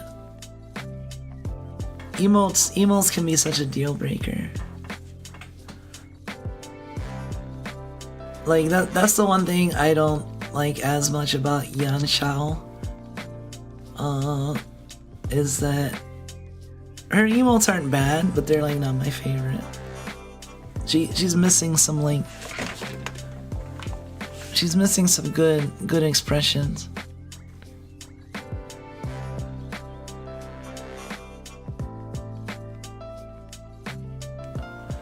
They're essentially what your character is in game, the other 50% is the voiceover. Yeah, basically.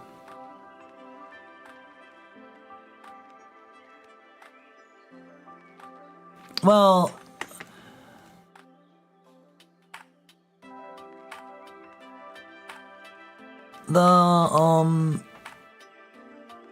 I would say it's more like 40% emotes, 40% voiceover, 20% like how the character looks.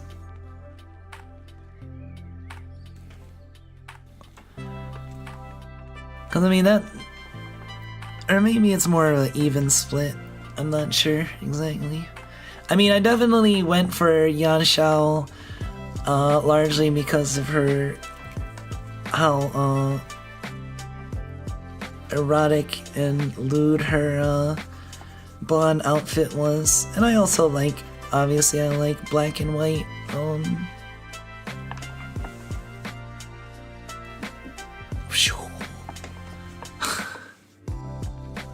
speaking of, I just read the Senses Descend event today. I read like the whole thing. Shintani Kai is another person who also has like white and black hair. Yeah, the panda aesthetic. See, I'm a little special in that, well, in a way, it's similar to Fubuki, in that I have that Fubuki has like the Shirakami and Kurokami, but they're not like mixed as much. And for mine, like the white and the black are more distinct. Paul Iha. Yeah, Shell's voiceover is great. That's actually like half of the reason I got it. Half the reason I got it was because of the Bond skin, and half of the reason was because Nao Toyama is the voice actor, who's also done Mika and Lyria, so I feel like she's very significant.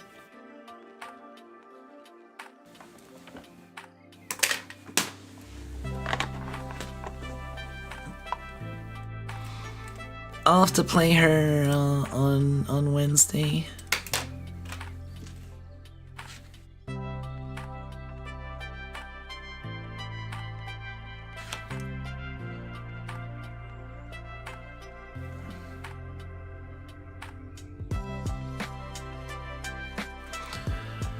Maybe I'll have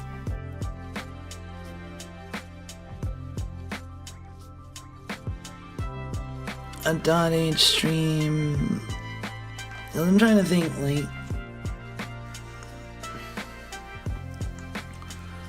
I'm gonna want to complete the run probably by next stream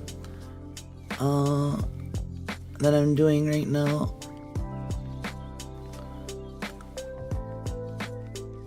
So I think if I did, I can either do Donage on Tuesday or Wednesday.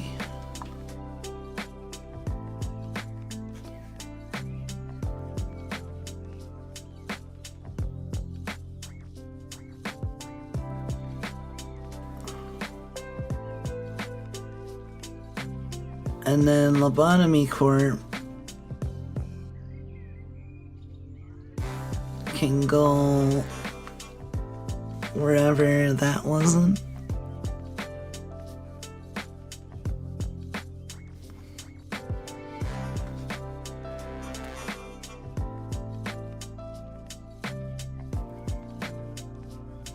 Actually, I think what I'll do is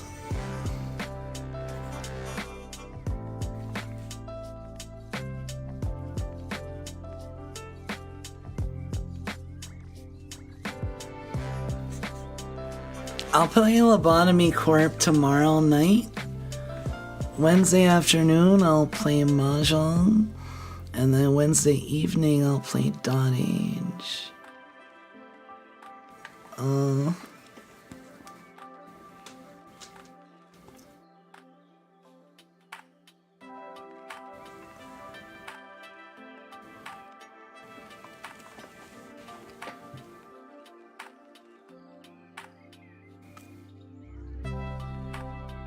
Yeah, I shouldn't make too much progress. I want to make enough progress so that I can finish .h on the next stream, or finish the run that I'm doing. So Wednesday night, since I'm going to be playing off stream. Thursday is question marks all day.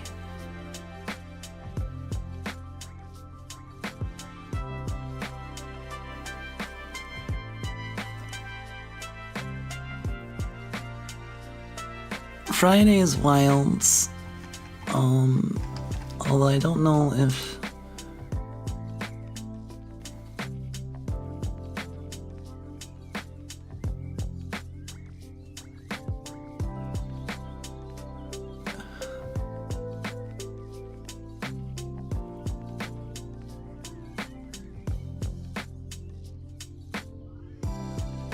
Let's see. First title update, Mitsukiyo in 21, HR 41, Temper Mitsukiyo.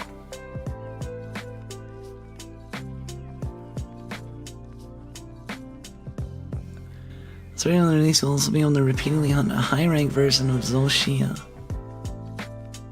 Oh. Arch-tempered monsters.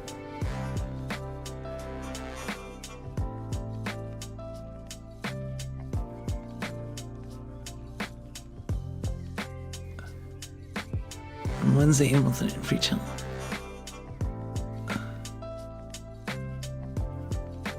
Update and the temper monsters, Gormogala, April.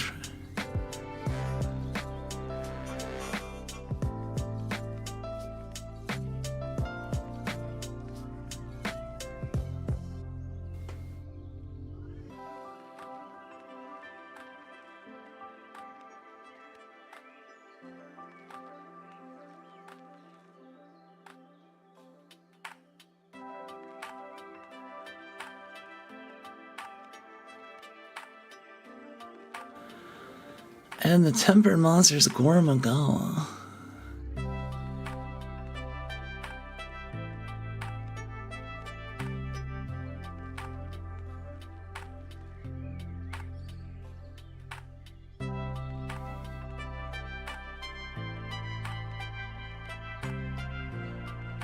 Oh no, I hope they don't, I hope they don't nerf Gunlance, because I feel like Gunlance is, I just like crap out so much damage.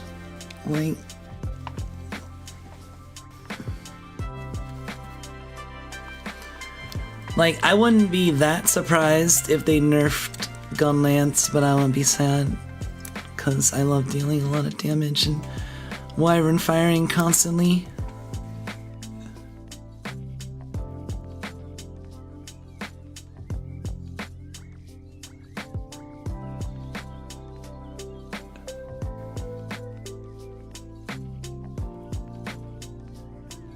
Especially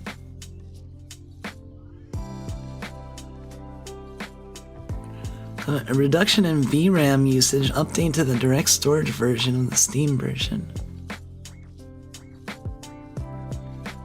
Maybe it won't disconnect.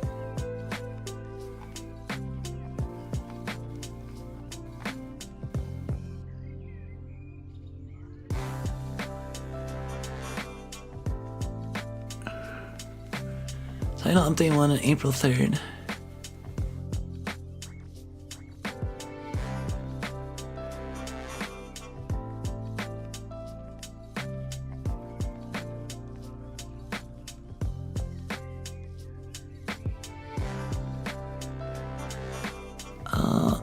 April 8 p.m. Pacific time, April 3rd.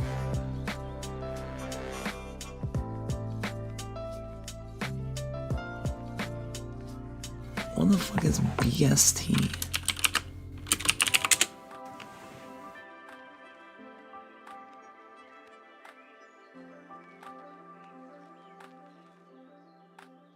BST. I think they wrote BST instead of EST. Oh no, wait.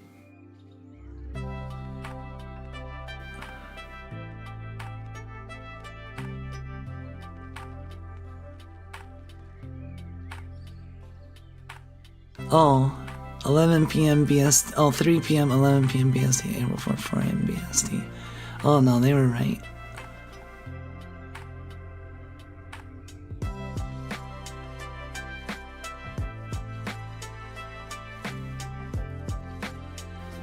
Hey, welcome. Alright, take care of Sagi. Have a good one. And welcome, Badman. You're a little late.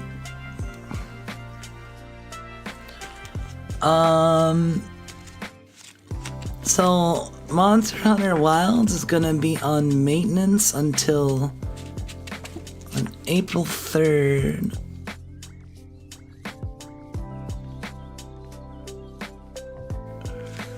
Oh, that's Thursday night. April 3rd, 8 p.m.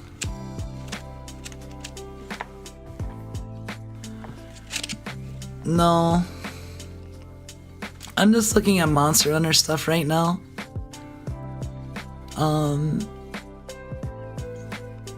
It looks like the maintenance for Monhun ends at 8 p.m. Well, 11 p.m. Eastern on Thursday.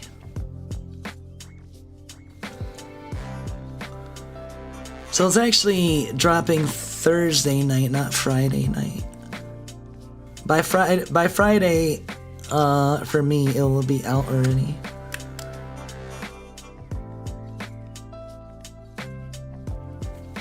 That means I could do either an afternoon or an evening stream, but I'm probably gonna do an evening Monhun stream. No, I'm not ending the stream yet, but it'll be a while still, probably. Although, I might take a break in just a minute though.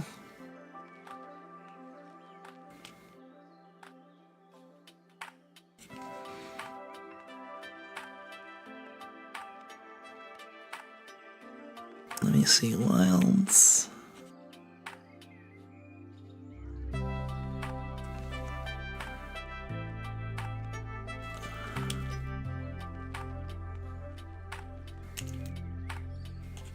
Yeah, so far the schedule's looking like Tuesday night Lobo Cult, Wednesday is Mahjong and Dot Age, Thursday is Up in the Air still, Friday night is Wilds, Saturday is nothing, Sunday is, I don't know.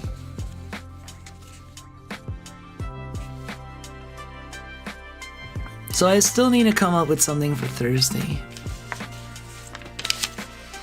Which, that might be my flex slot for something new, to shake things up a little bit, or something different.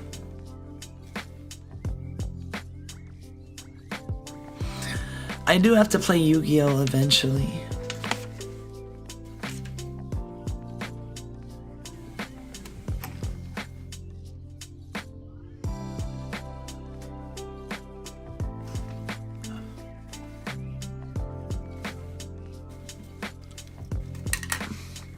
Maybe I'll play a little bit of Lobo Call after this, I don't know.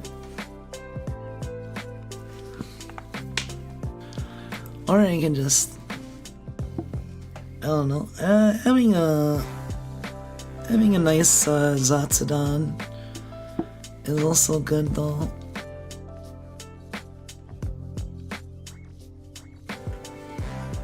I like the sounds of what they're doing with the Wilds update, so I hope it works out. I hope it works out well and that Monon gets better and better. And I'm looking forward to fighting the new monsters. Mitsukiyo and Arch-Tempereds and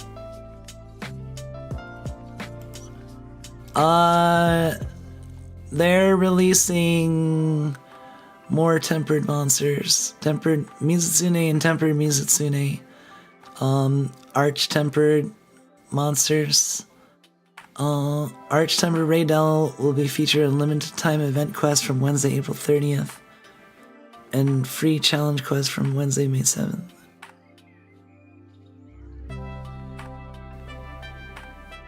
They said they're making various adjustments. Some unintentionally overpowered things will be adjusted downward, also be adjusting other parts upward, making for a generally balanced update. Corrupted Mind Soul was over 2 net launch, causing it to build up more damage than expected.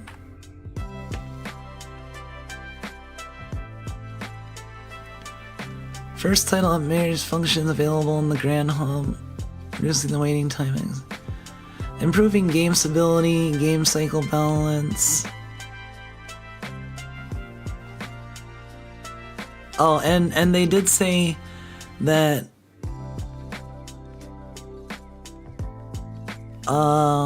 additionally, starting with the release of free title update 1, you will be able to repeatedly hunt a high-rank version of Zoshia. You could previously only challenge once in the story up until now.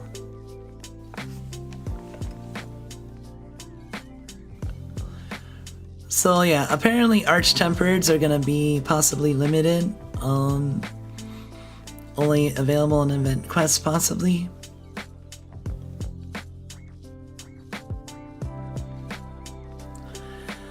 High rank Zoshia is cool. So basically, we're essentially getting two new quote-unquote, well, we're getting Zoshia, Mizutsume,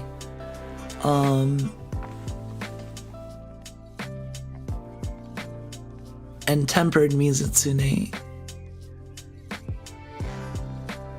and updates to like the hub and stuff.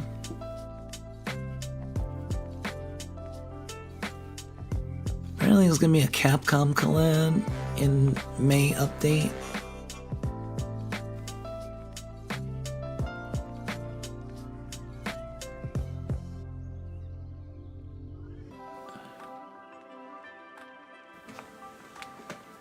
Well, that's nice. A little weird that it took them an update to add it in again. What, Zoshia?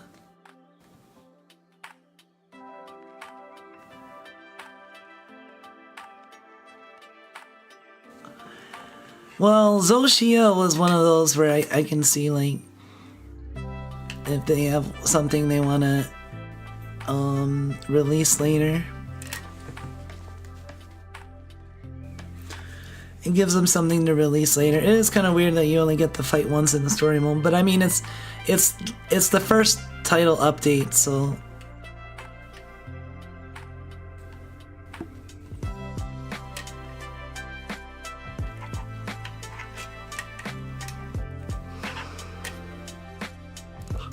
In my opinion, Monster Hunter is not a complete game until they decide to stop updating it.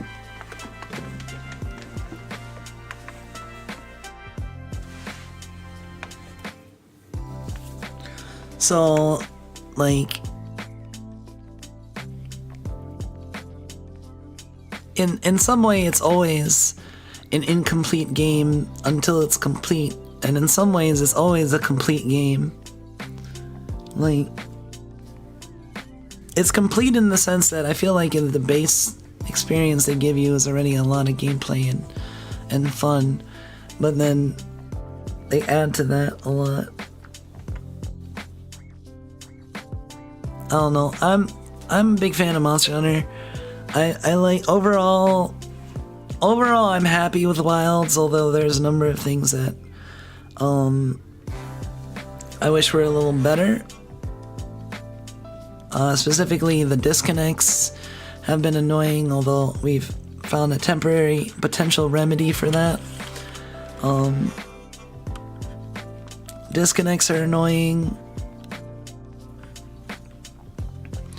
And maybe there could be a few more monsters at launch, but I still think it was, like, decent overall. Story is whatever, but, like, Monster Hunter story is always gonna be whatever, kind of. For me, it's more about, are the characters likable? I don't like Nada very much, but whatever. I don't hate him.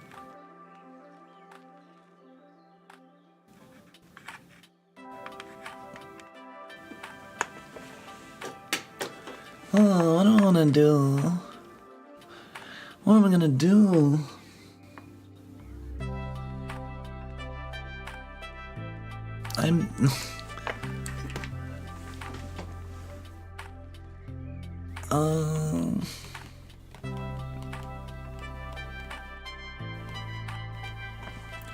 Evaluating how tired I am.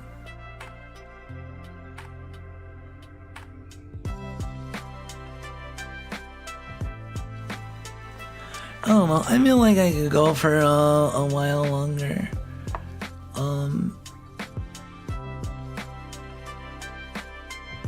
But I'll need a break first.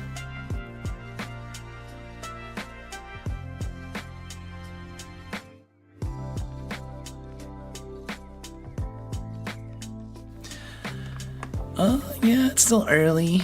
I'll BRB. Give me like 5 minutes, and then yeah. Maybe we'll play some Loboco after this.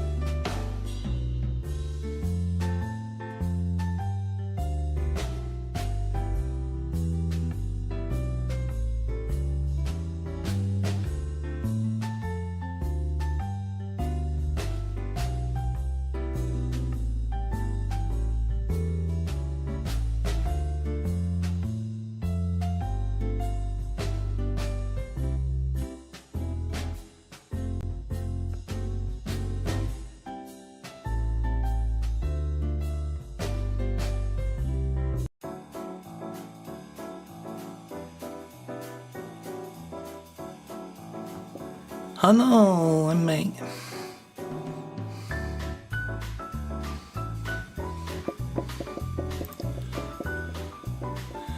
Thank you.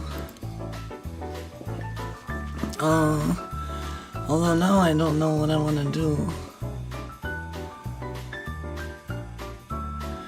Feel like I can probably stream for another hour. Hour or so, probably. Give or take. I couldn't just keep talking, but my voice has gotten better. It's like it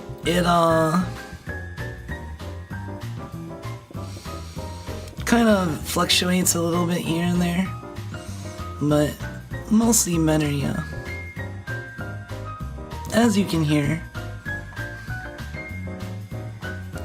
Feel like I still got a little bit of like gunk in there, but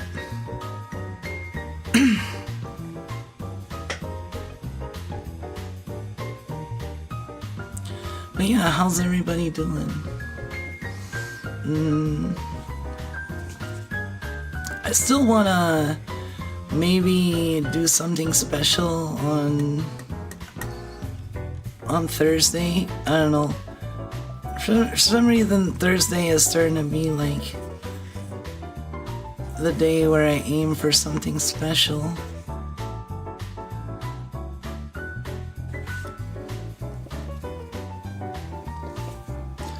What did you get sick with? Was it like a cold or the flu or COVID or?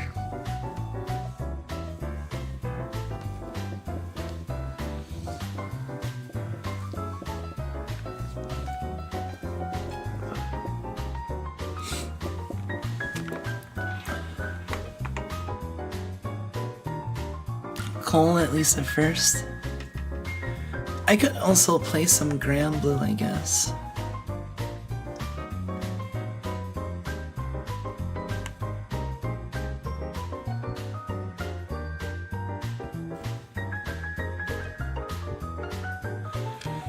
Cold, at least at first. I threw up a funny looking yellow liquid last week. A funny looking yellow liquid. Throw up with an empty stomach? What?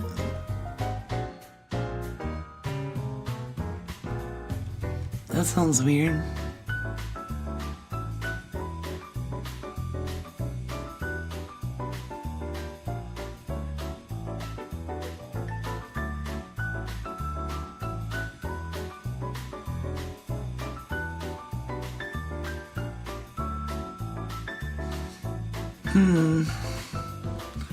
Yeah, last time I threw up was the last time I drank, which was like a week or two. It was probably bile, stomach acid.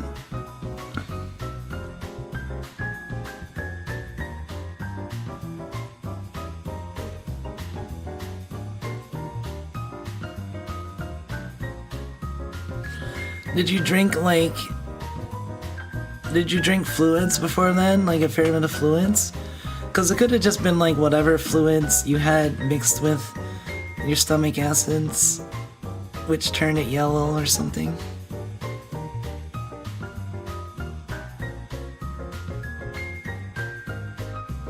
I mean, what else can it be, really? It's not gonna be like pus.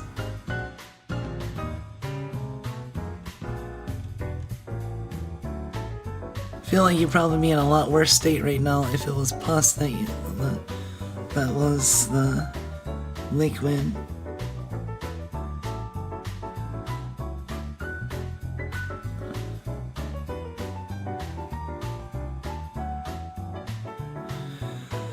Well, that's the thing, like,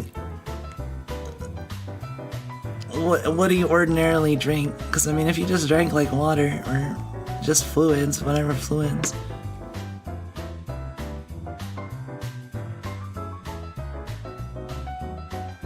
Also realized I didn't divulge how bad it was last week. Yeah, I wasn't quite aware how bad you were. I knew it was pretty bad, but...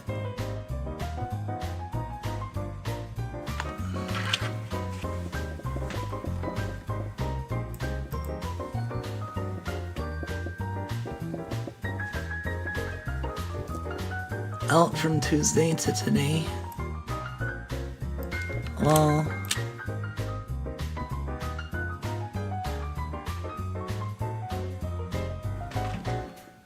that's pretty bad.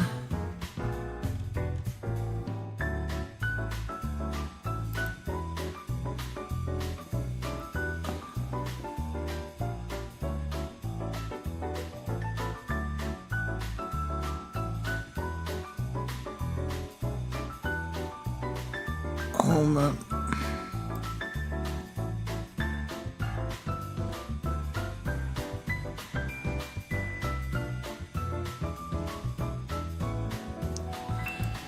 I used 4 sick days last week. Only 2 paid ones left. Well, that's good, at least you have paid sick days. Some people don't have that. I know a lot of, especially part-time. Are you full-time?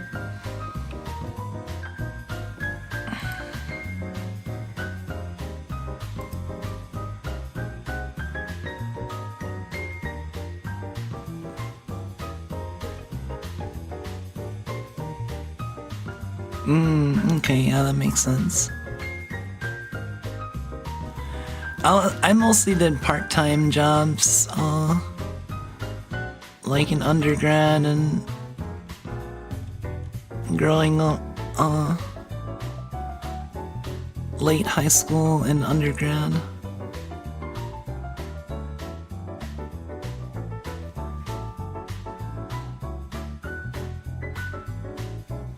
So I didn't really have much in the way of sick days.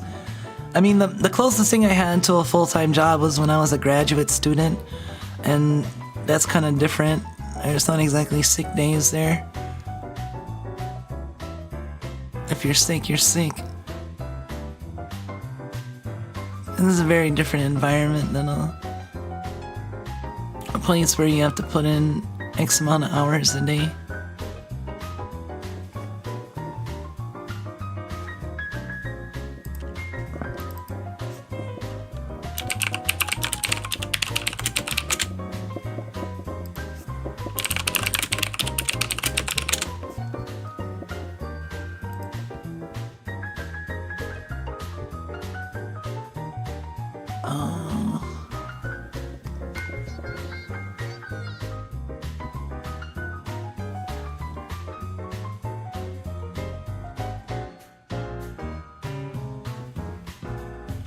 Where did that noise come from?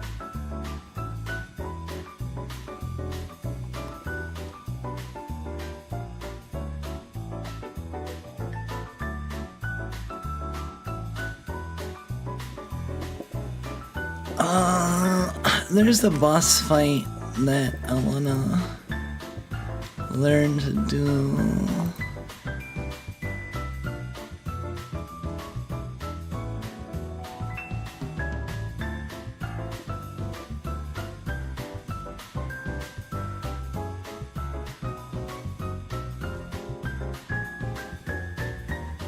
Let me see what people are using.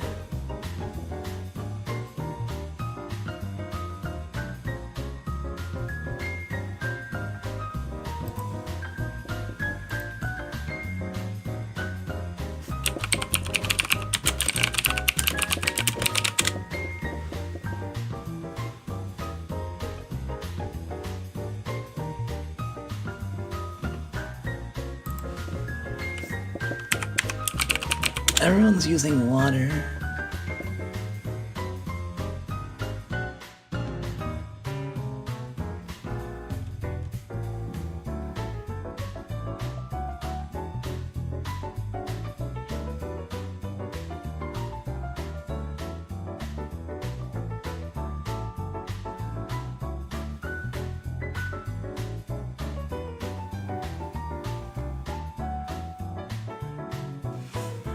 Huh.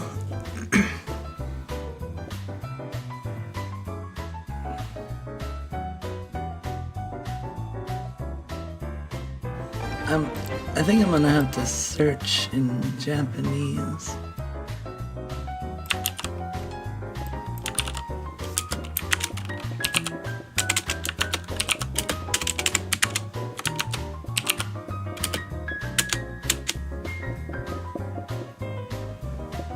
here we go.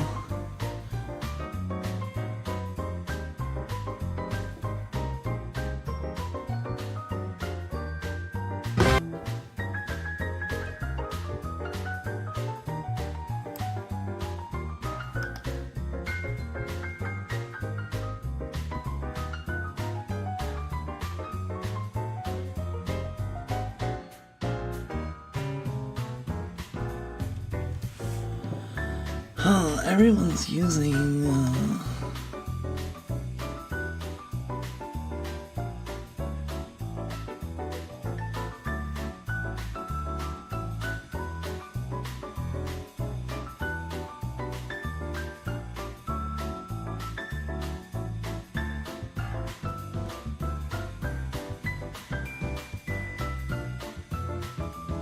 oh, here we go.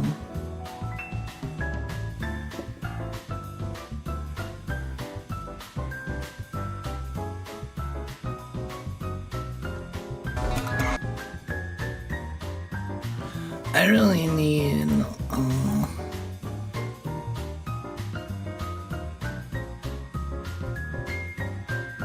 I have three I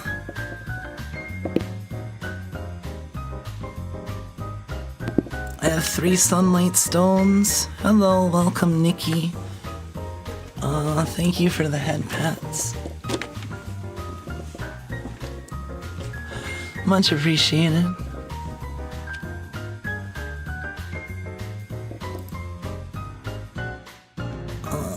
Let's go over here.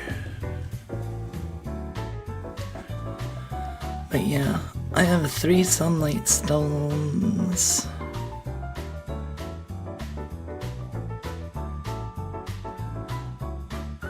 Question is, do I use those three stones for Orologia?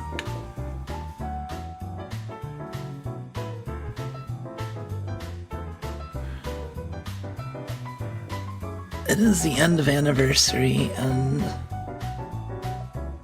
I didn't get any more Orologias.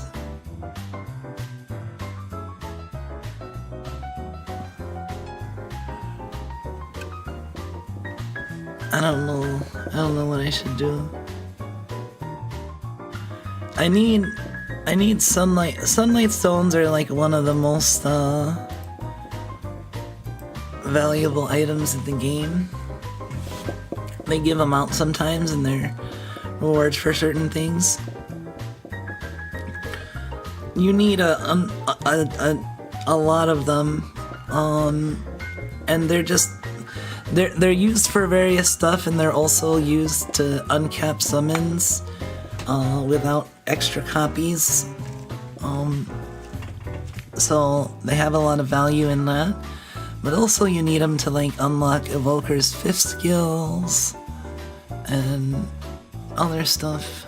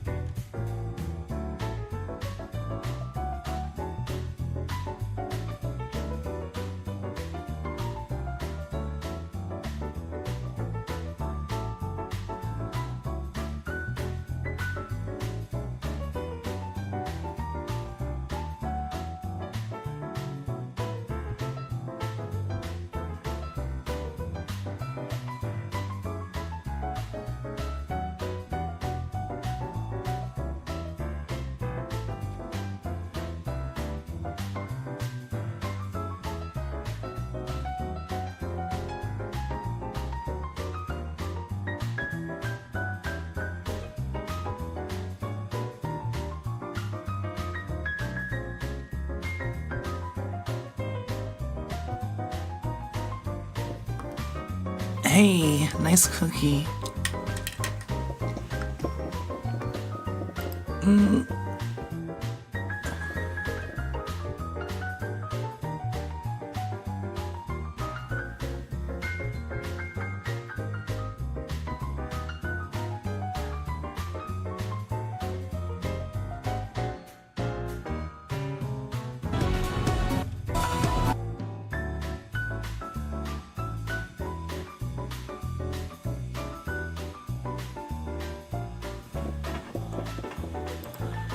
Okay. Oh yeah, the cookies that you made. That's good they turned out well.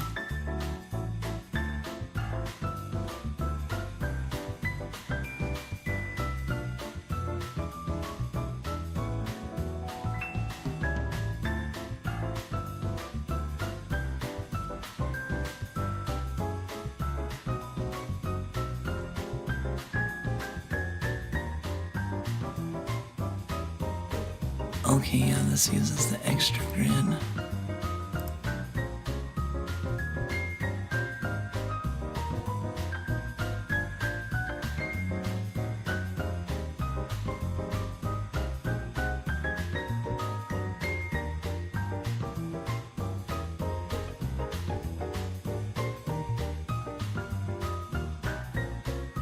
I don't remember what team this is for. This might be for Bahamut.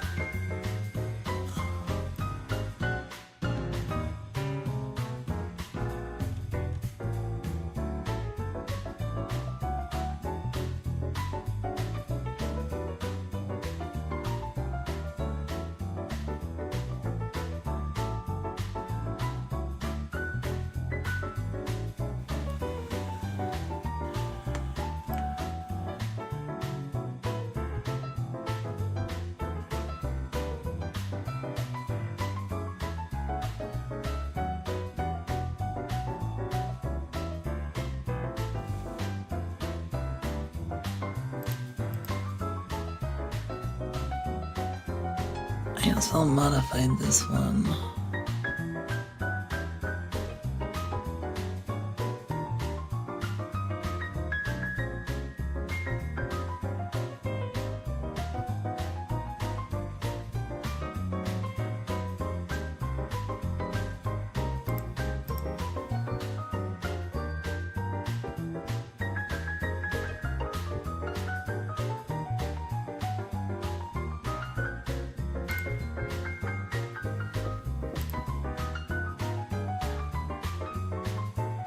Dark.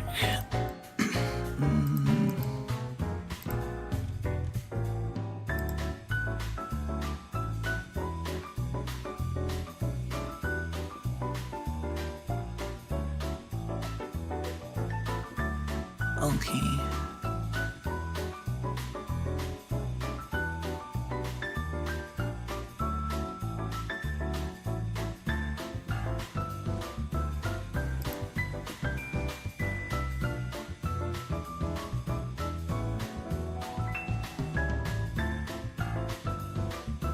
Almost done.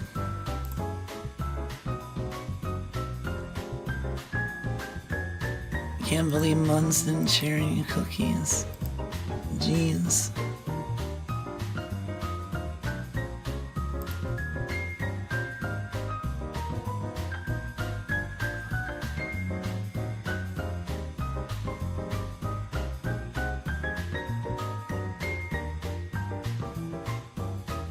There's Kaim.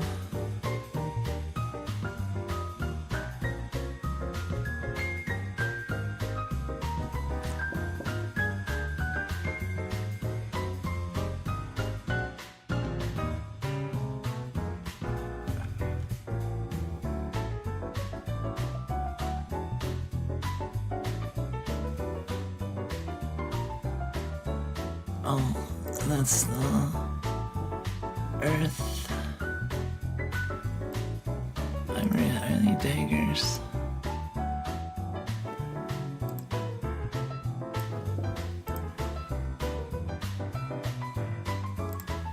Are they katanas? They're katanas.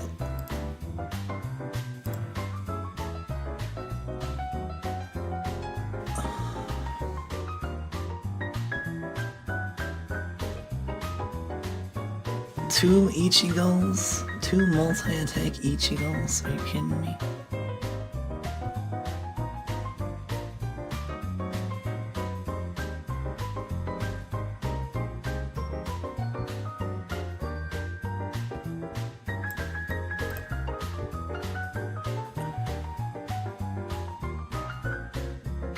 Did I ever get another Ichigo?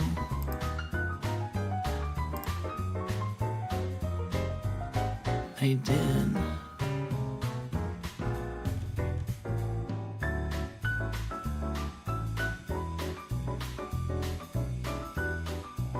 I have almost a second Ichigo.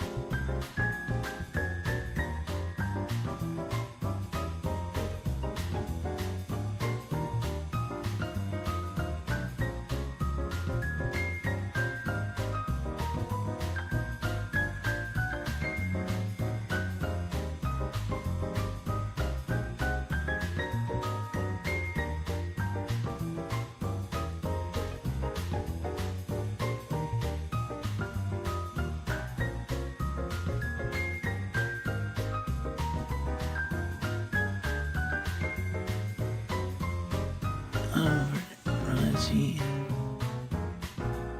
Smahi.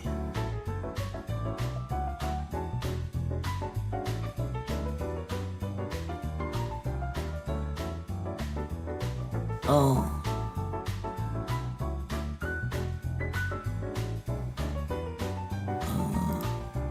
Sumai Bito.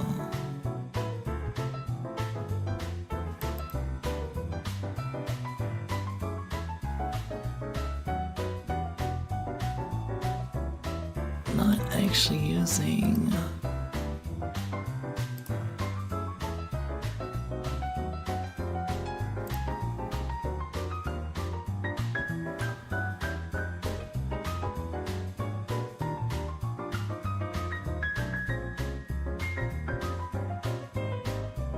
oh yeah, I have a sky piercer.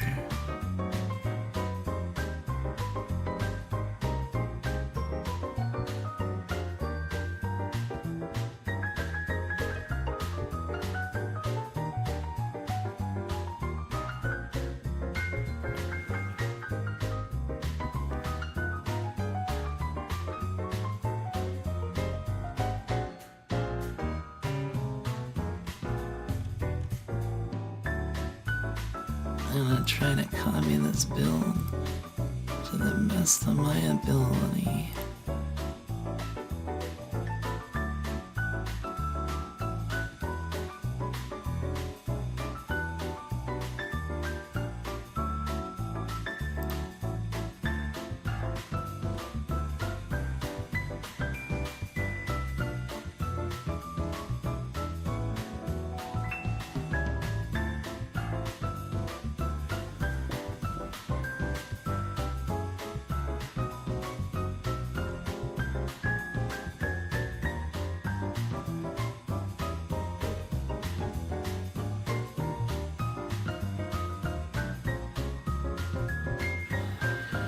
Shit. I forgot what the name of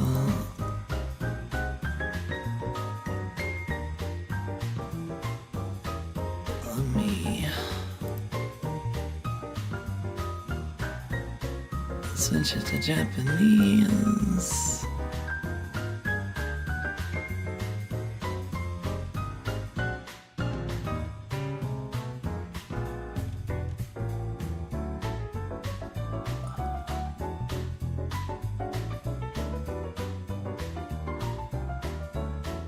Oh, there it is.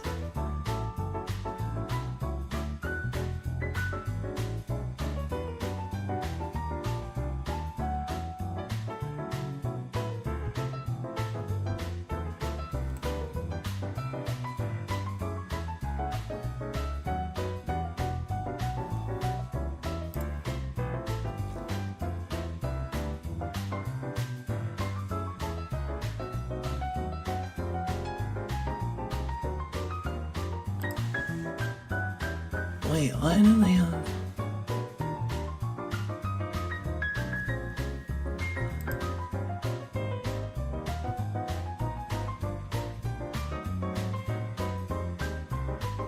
Oh yeah, falsehood's still good.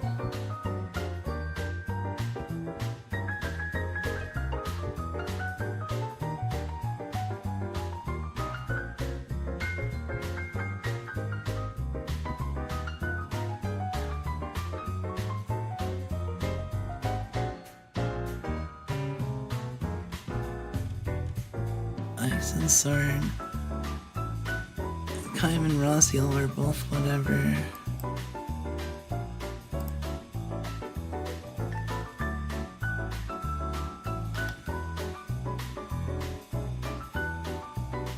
Specialty weapon, specialty weapon.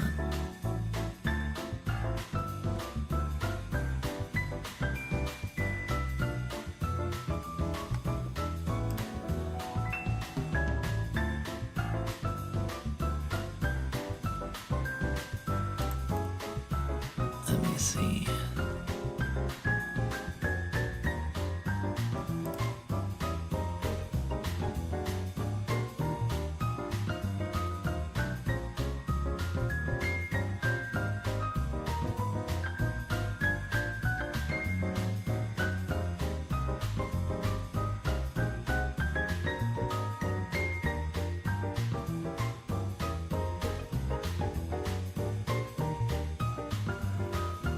Alright,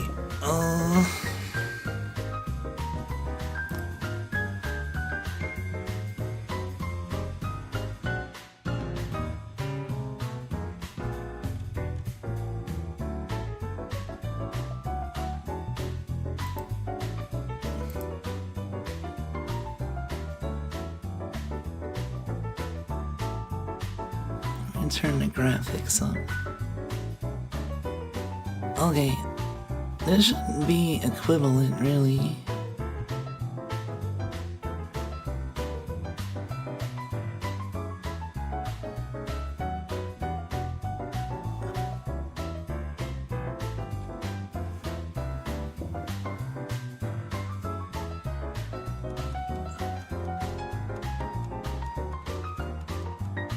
Let me see what they do.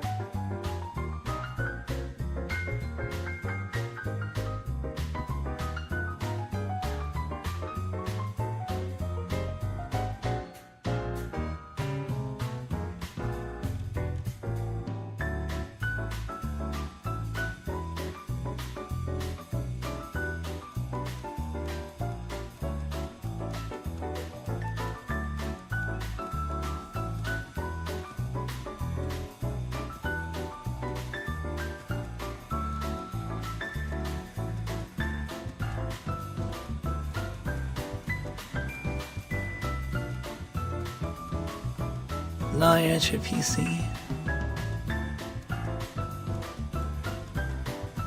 Oh, I need to fix my summons.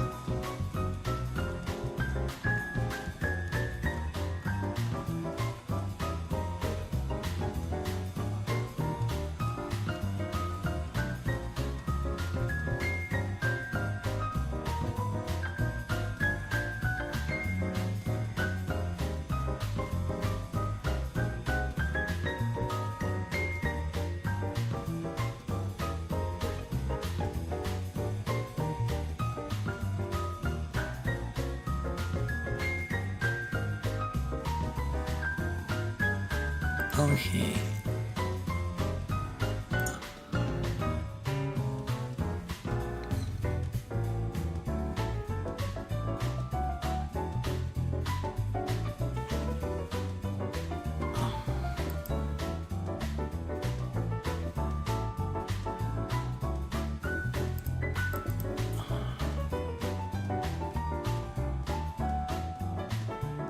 Mammoth. Oh yeah, you can uncap Mammoth. No.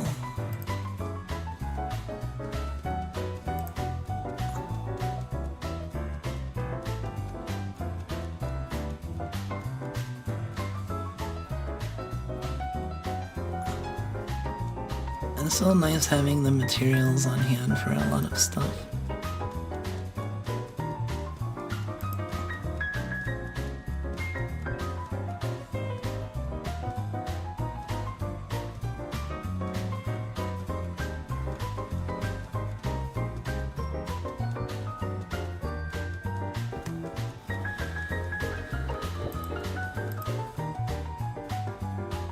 Okay.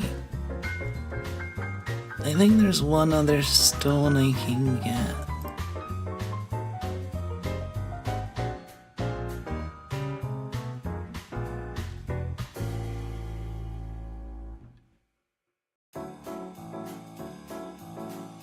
I already got the Guild War one.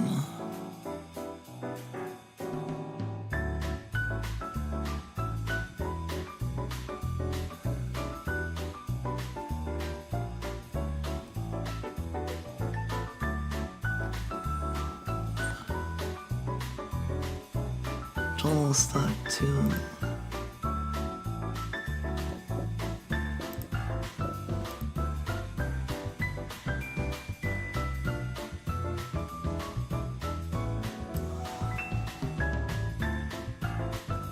Alright. I think I'm gonna uncap Logia because I have up to 2 more stones.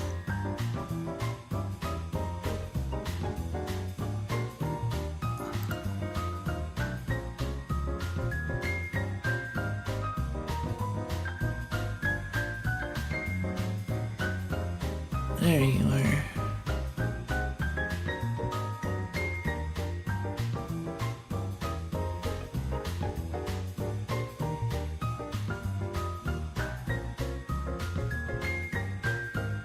Too bad I can't use a globe.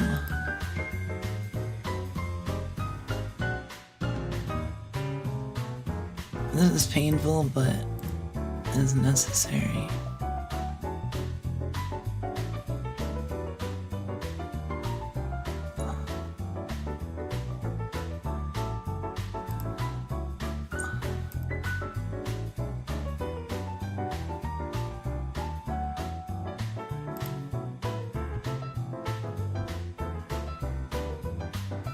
Oh, I can afford all 30.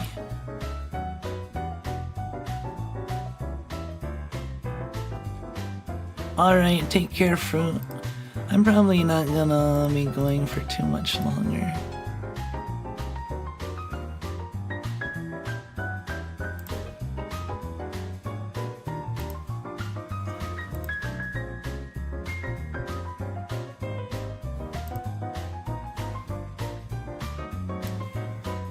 Alright.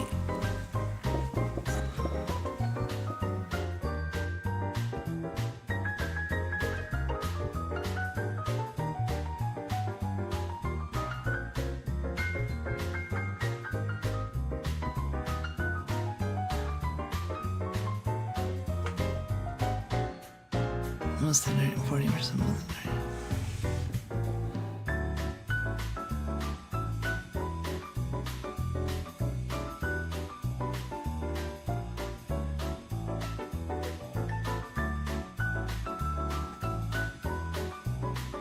Those strengths and HP on demons.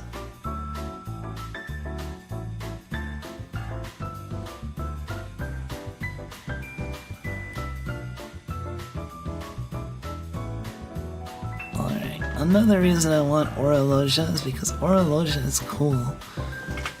And it's very unique. Uniquely powerful.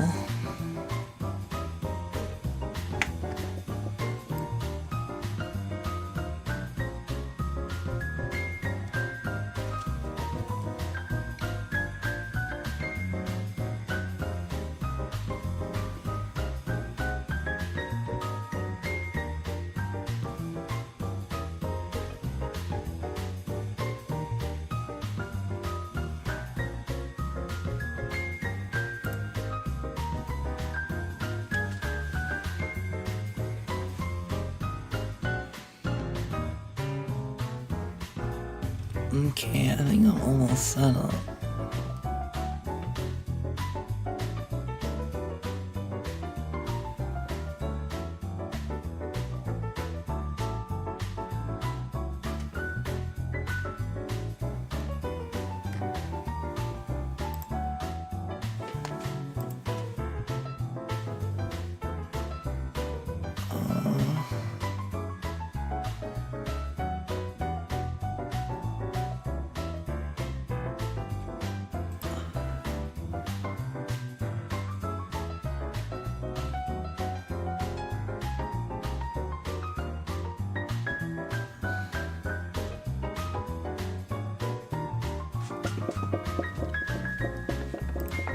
Alright, that's as close to the build as I will get.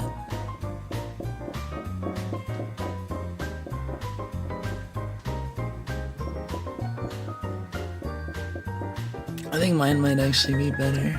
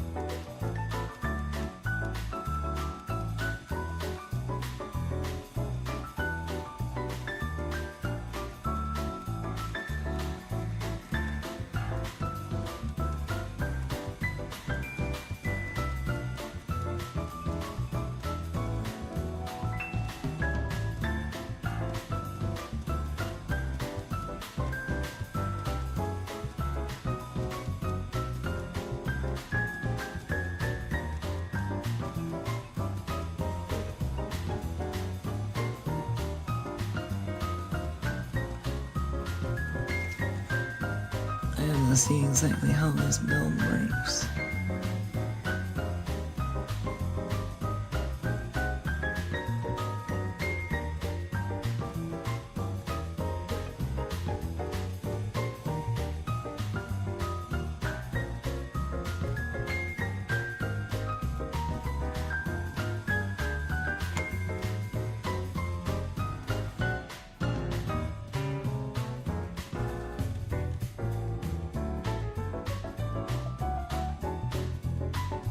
I'll learn this fight.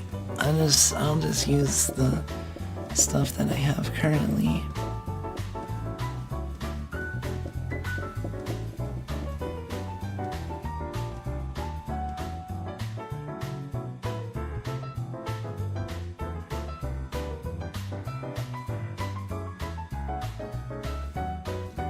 Hey, welcome Slim. How are you doing?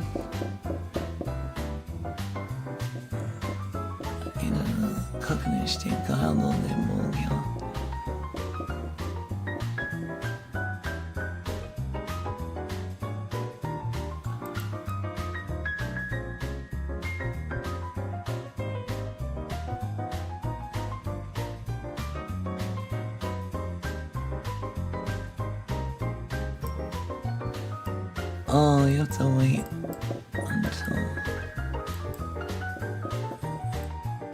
25.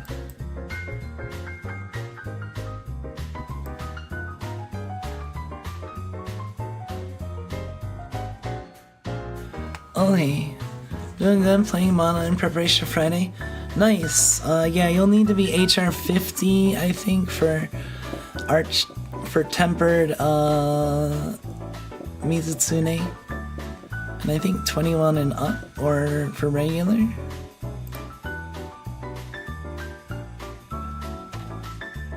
But yeah, Friday night I will definitely be streaming Manhunt. If we can play together, that would be cool.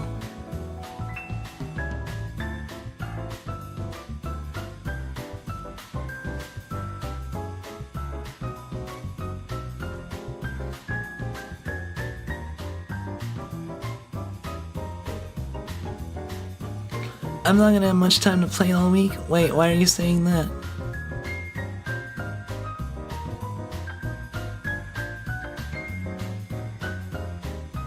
And who are you saying that to?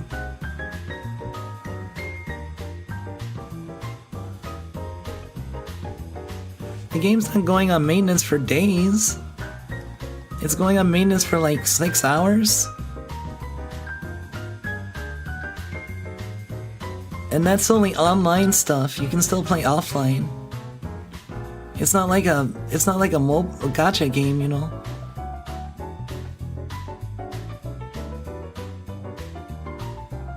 I mean, when have you ever heard of them taking down a game entirely for like 3 days to do maintenance for a regular title update?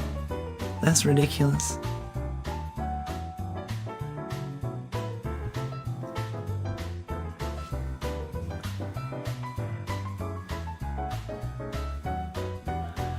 The maintenance is from like, it said like from I think 2 p.m. to 8 p.m. Pacific time on Thursday. So it's like a 6-hour maintenance. PlayStation Network, yeah.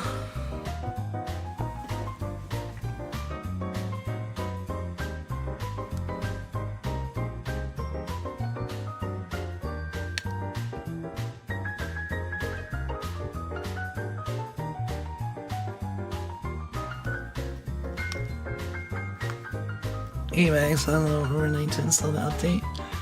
Yeah, it'll be coming out at like 11 p.m. Eastern on Thursday night, so I'll be playing it Friday night, and I'll probably play some during the day as well, you know. You have to download on Wi-Fi? Oh yeah, that'll be rough. So it might take a while. I might want to leave that running for a while.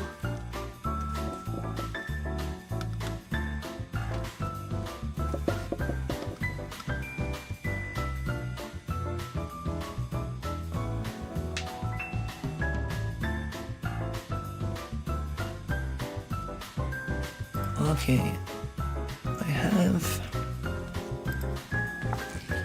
I have my team.